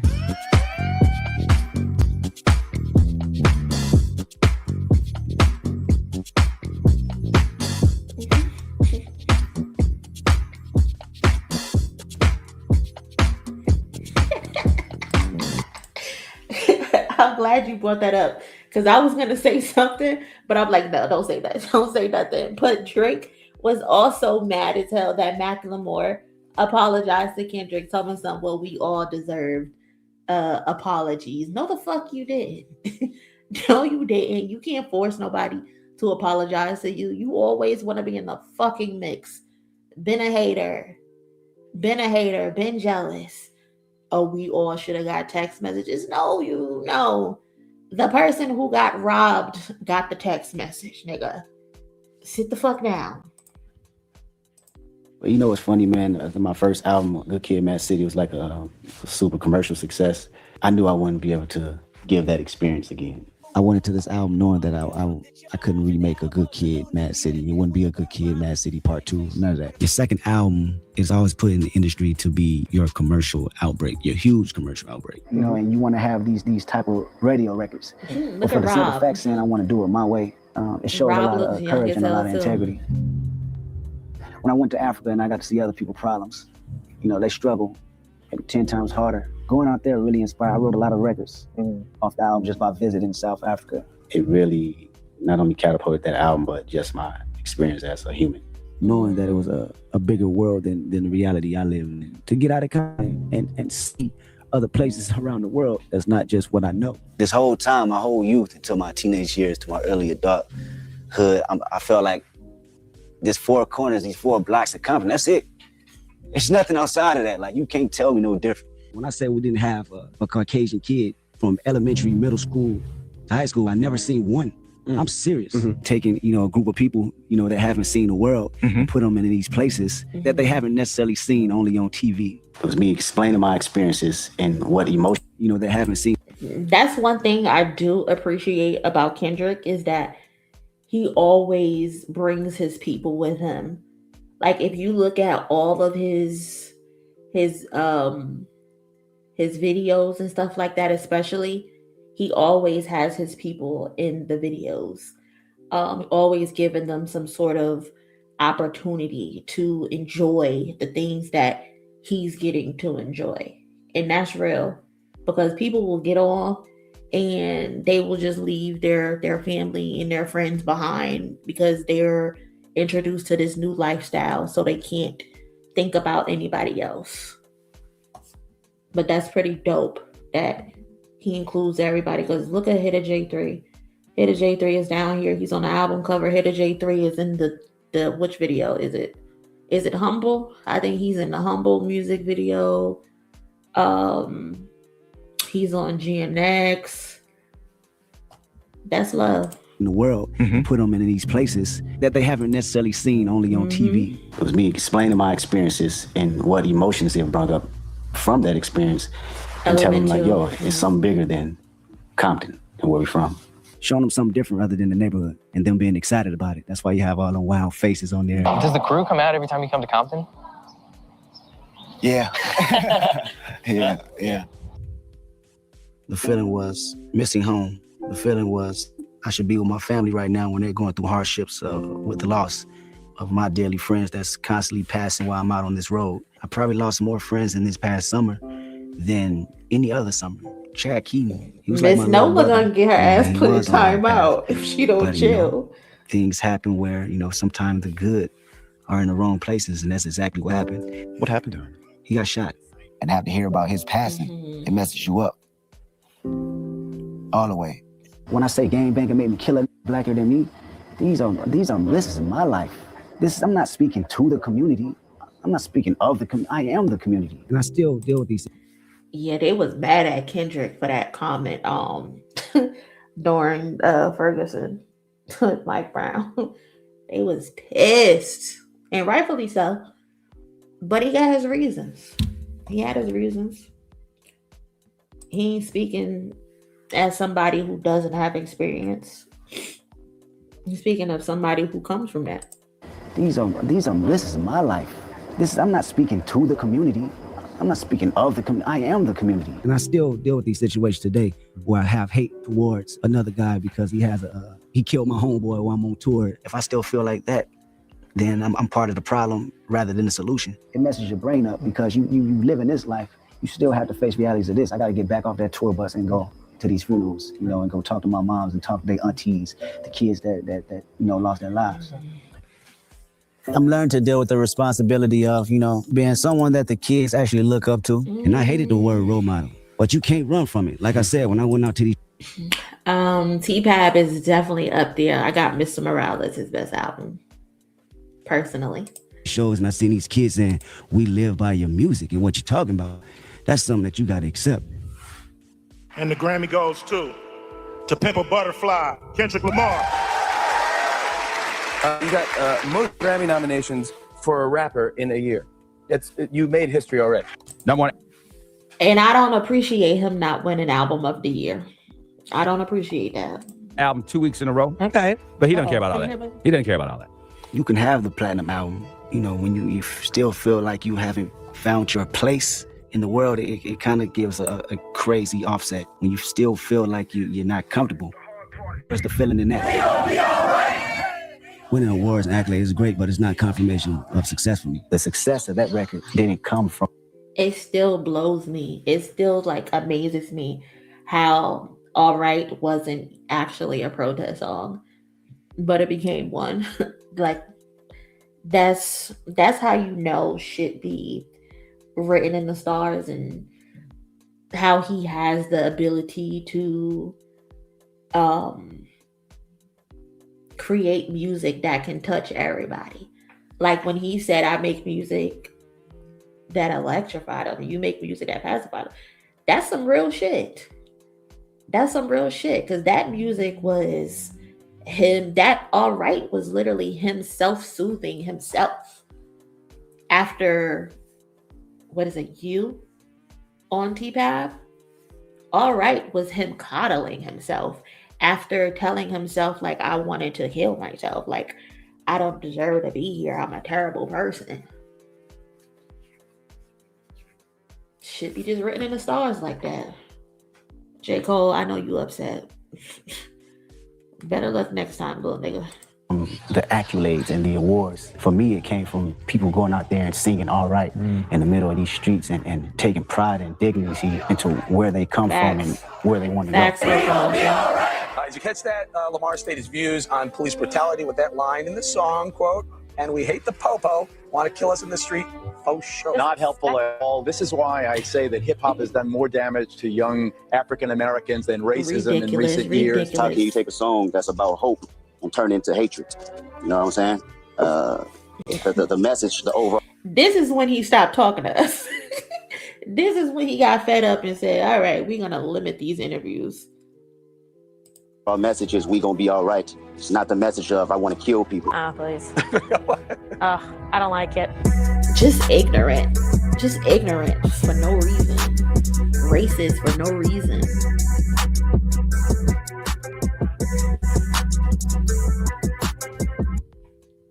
To Pimp a Butterfly would be the thought of changing the world. Damn would be the idea of I can't change the world until I change myself. I think Damn is a hybrid of all these projects. It was me finally being able to take the message behind the Pimp a Butterfly, the sonics and the beat slapping on Good Kid and the rawness of just being able to do what I want like I did on Section 80. And I take all three of these, it makes a hybrid of Damn. And we want to make it for all arenas. Car, we want you to be in the club, say flying, listen to it and just vibing to it. At the same time, we want to have some lyrical content where it connect, emotions you can relate to. You know what I mean? Why Damn?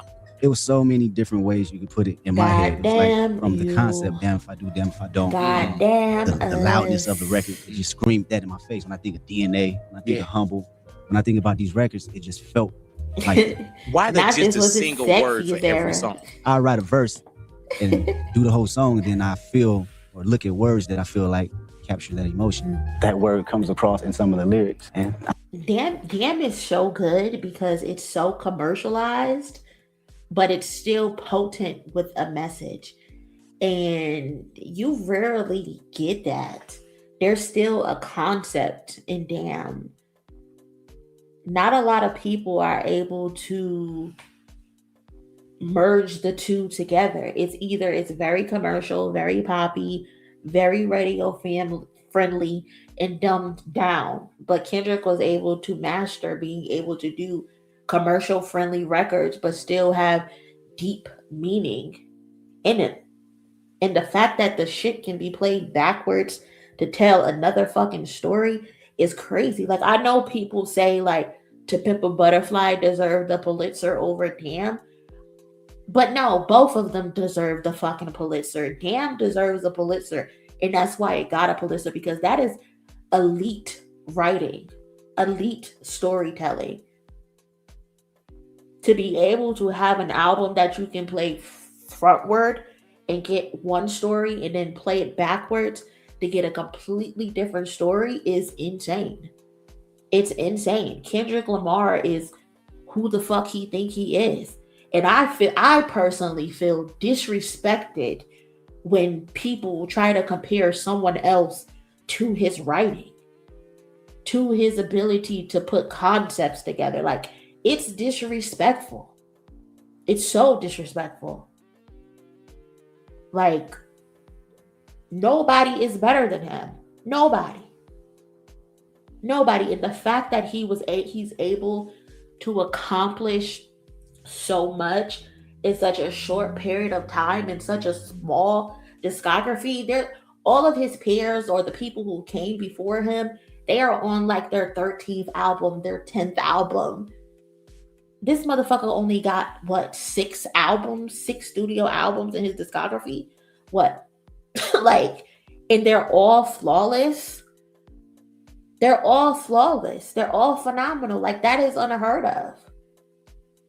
And this ain't no glazing shit. Like, give people their 10s when they deserve their 10s. Kendrick Lamar is the best rapper to ever exist. Period.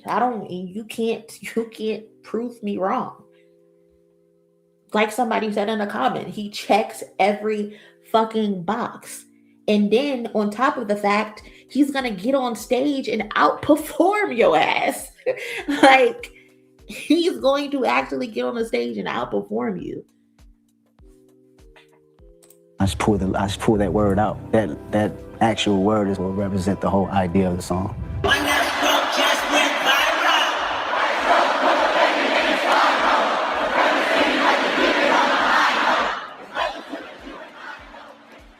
But what does it feel like to be on stage and see your fans singing and rapping the words back to you? Man, it's an incredible feeling. I always go back to this moment I write the lyrics, to see people rapping these lyrics from that raw emotion, from the feelings that I was feeling at the moment. You know, that's magic to me. The Grammy goes to Kendrick Lamar. Congratulations, Kendrick Lamar. Kendrick Lamar. So forever, I really appreciate this moment. I'm always had love for y'all. I will be back. Cities across the United States remain in a state of high tension tonight as the country braces itself for another wave of protests over the death of George Floyd. I wanted to live forever, you know what I'm saying? And To Pimp a Butterfly is one of the moments where 20 years from now, you know, it'll probably be a little bit more prevalent than it is today. And one of the celebrities or artists that's been quiet is Kendrick Lamar. He should be doing something. You cannot stay quiet when your entire platform for the last 6 years has been Black Lives Matter. Kendrick, did you hear that? Mind you, hold on. Been quiet is Kendrick. Because that's so ignorant. Kendrick Lamar has been telling his story in his albums. If he doesn't want to speak, he don't gotta fucking speak. Especially because he's actually living this shit. Lamar? He should be doing something. You cannot stay quiet when your entire platform for the last 6 years has been Black Lives Matter. Kendrick, did you hear that, Kendrick?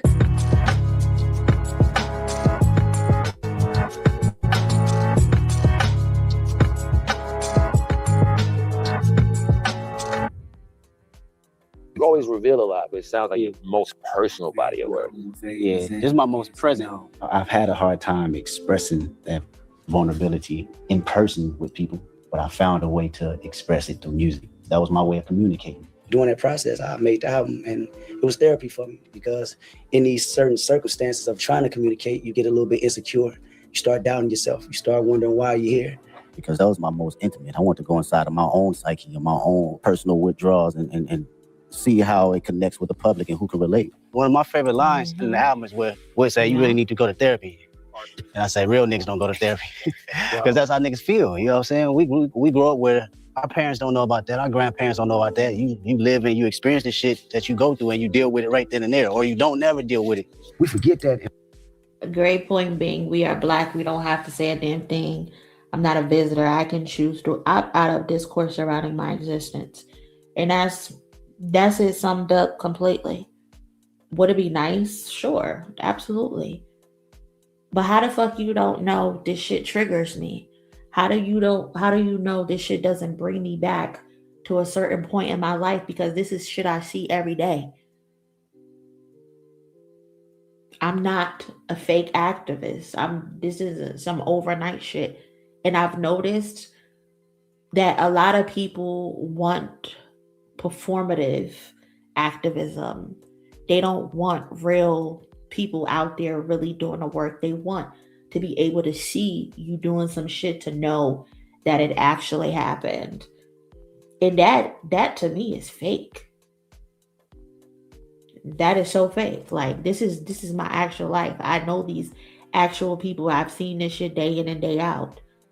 You want me to get up here and perform and pretend to satisfy you, to make you feel okay? Get the fuck out of here. If we're stronger on the inner core, ain't nothing nobody else can do. I didn't know you were suffering from depression the way you said you was on the album. Is this real? Is there poetic license? Like where did that come from? What prompted that? It's a drastic change when you're around so many different faces that you don't quite understand and meet different people and things are going on back home that it's out of your control to handle. You know?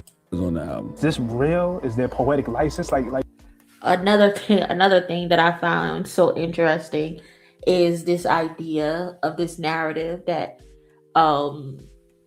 Kendrick and Whitney they broke up and they stopped dealing with each other. Like, first of all, I hate talking about their relationship, period. But it just makes me laugh when people believe what Drake is telling them. Like, you're believing a pathological liar, a professional liar at that, and you're telling me that this family is no longer together because you skimmed through an album.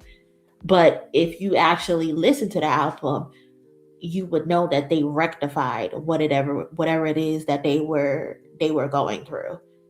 You hear her literally on the second to last song, literally thanking him for breaking generational curses, and you hear his daughter on the song. Like, you think she decided to be on this album cover just for shits and giggles? Like, that's their family. You think she's in these music videos just for shits and giggles? No, they fixed their issue. They fixed whatever it is that they were going through.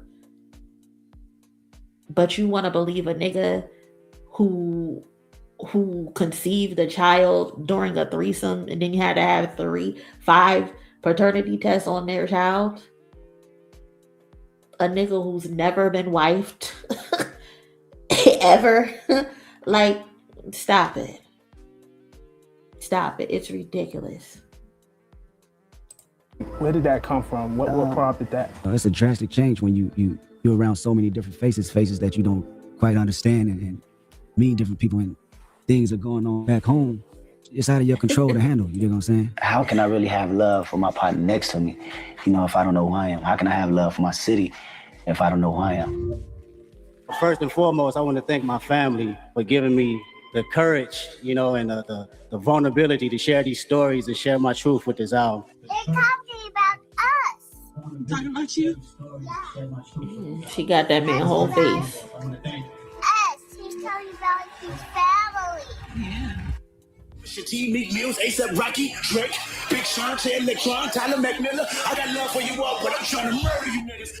Did you know when you went in just to do that verse that it would take and it would have this kind of impact? No, I didn't know until after you see the hooray and hoorah about it. The fact that hip hop hasn't been shaken up in a long time. Hip hop is a sport, so you're gonna have these little spits and spats, and it's all good because personally I respect these dudes as as people. I think people forgot. I'm actually from the West Coast. The aggression that we have in the music, I came from that. My intent was to always from day one was to always keep the nature of it as a sport. This has always been the core definition of who I am. That's all. I'm influenced by Q. I'm influenced by Dre. I grew up off gangster rap, and that aggression will always be in me. All of a sudden, it just fucked the whole game up. Yeah. Yes, sir. Drake is here. It's Hot 97. Amanda Seales had the nerves to be a part of the discourse recently too, nipping that Dot didn't publicly speak out against ICE.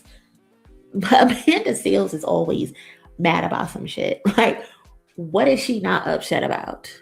And here we are, a couple months removed. What has actually changed? What could Kendrick Lamar saying something have changed? Nothing has changed. We're still in the same spot that we were in a couple months ago. Girl, shut the fuck up. Should get into a rap battle.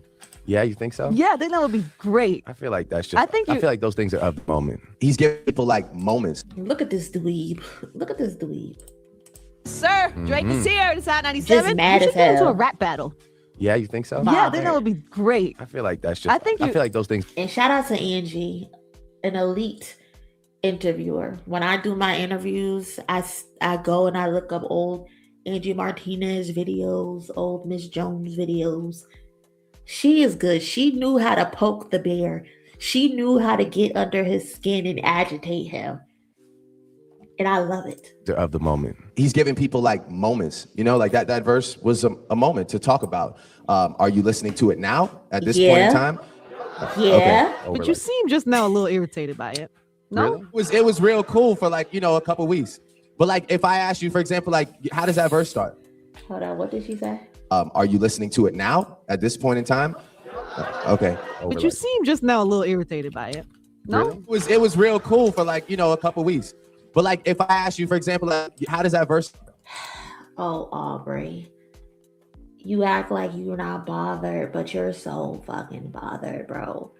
It's obviously you're bothered. How does that verse go?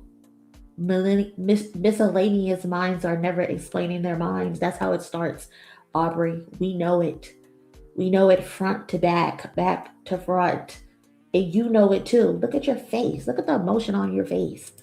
You were upset about that verse. He in interviews talking about, oh, it ruined my rollout.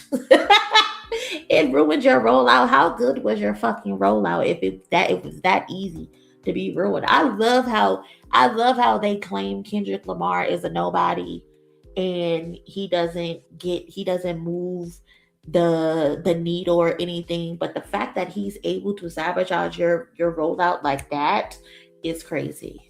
And he's done it multiple times. Fight is over!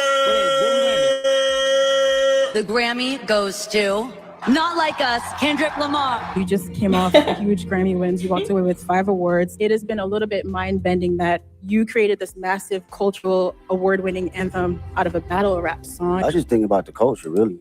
This man has collected 10 Grammys in 2 years.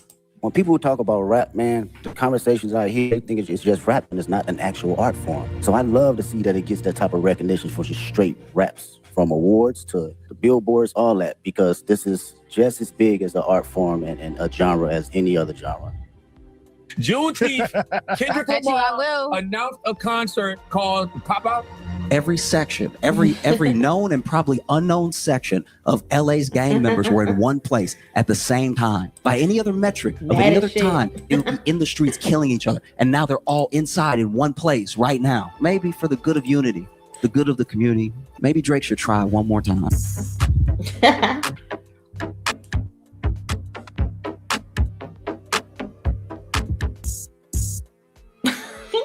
I wanted to go back to the forefront of just the bite and just the Gangchella. rap. Just all raps and hard ass beats. That's like the basics for me. I thought about what I used to like when I was a kid. Hard raps, good beats, that's smacking, right? But I always had that DNA. And you heard that DNA a little bit on Good Kid, Mad City, but I wanted to tell my story first, right? Fast forward to GNX, I felt it was just a perfect time because not only the energy was lost, but it was the energy that was bubbling inside of me as well. It was a great transition from Mr. Morale because that was my most intimate. I wanted to go inside of my own psyche and my own personal withdrawals and see how it connects with the public and who can relate. During this time around, I think it was necessary coming out of that cocoon and feeling like, okay, I arrived now. I can spread my wings and show every state of who I am as far as Kendrick Lamar. What the deal, everybody? My name Kendrick Lamar, and I'll be performing at Super Bowl 59. Will you be pulling up? I hope so. Did you ever think you'd be at the Super Bowl? I hope so. I wasn't thinking about no Super Bowl. You never thought about the Super Bowl? I wasn't thinking about no Super Bowl for sure. Seeing you perform with Dr. Dre at the halftime show 3 years ago, we already felt like that was the most hip-hop, beautiful halftime show ever. And now for you to come back and be the first solo hip-hop artist to headline, how does it feel being the artist to hit that milestone? And, just your thoughts on what that means about hip-hop's progression and impact. No round tools. For me, that should mean everything because it puts the culture on the forefront where it needs to be and not minimized to just a catchy song or verse. This is a true art form. So to represent it on this type of stage, it's like, I don't take it for granted at all as far as an art form, Kendrick Lamar is Compton. Kendrick Lamar is the county building that me and my moms had to walk to every month. Kendrick Lamar is an everyday person telling stories about lives that, reflect not only me, but the people that's listening.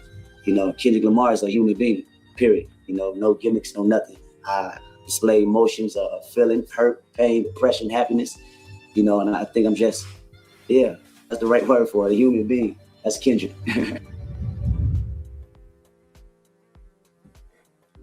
Oh, that's how it ended. Oh, that was a good video. Shout out to what is his name?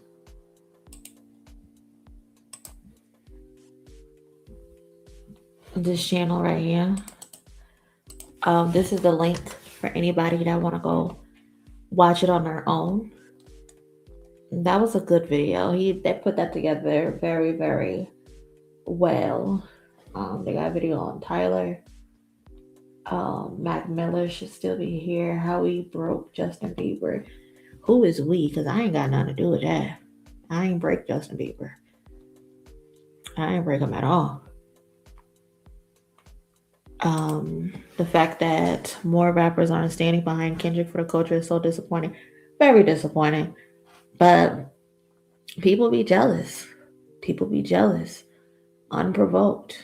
You would think they would stand on the right side of history, and then too, a lot of them unfortunately have investment in Drake some way, somehow, or he's invested in them, so I get it. And plus, I'm pretty sure Kendrick, he ain't tripping off it. It is what it is. Like,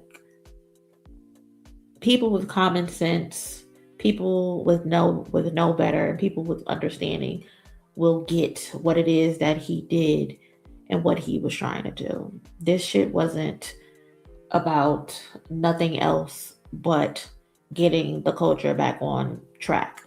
Yeah, we don't like each other, but we gonna settle the score, but we also gonna get this shit back right. And it might not be immediate, but eventually it'll get right. But yeah, y'all. Dang, it almost been 4 hours. I didn't even realize. But shout out to everybody who pulled up today and came to chill with me on y'all Friday night. I hope I kept y'all entertained for a little while. Y'all kept me laughing. Y'all was going in the comment section. But I appreciate y'all for making my night. Thank you to everybody who sent a donation through Super Chats, through Cash App. I appreciate y'all so much because it helps the channel. And y'all know my situation. So thank y'all for the support. I hope I entertain y'all. And enjoy the rest of y'all night. If you want, come join us in the Discord. That's where we be hanging when we're not on the channel. And yeah, y'all be safe. Y'all enjoy the rest of y'all night, and I will holla at y'all. Someone said we should watch Face and Kendrick. Maybe we'll do it tomorrow. But yeah, I will check y'all later. Enjoy the rest of y'all night. Be safe.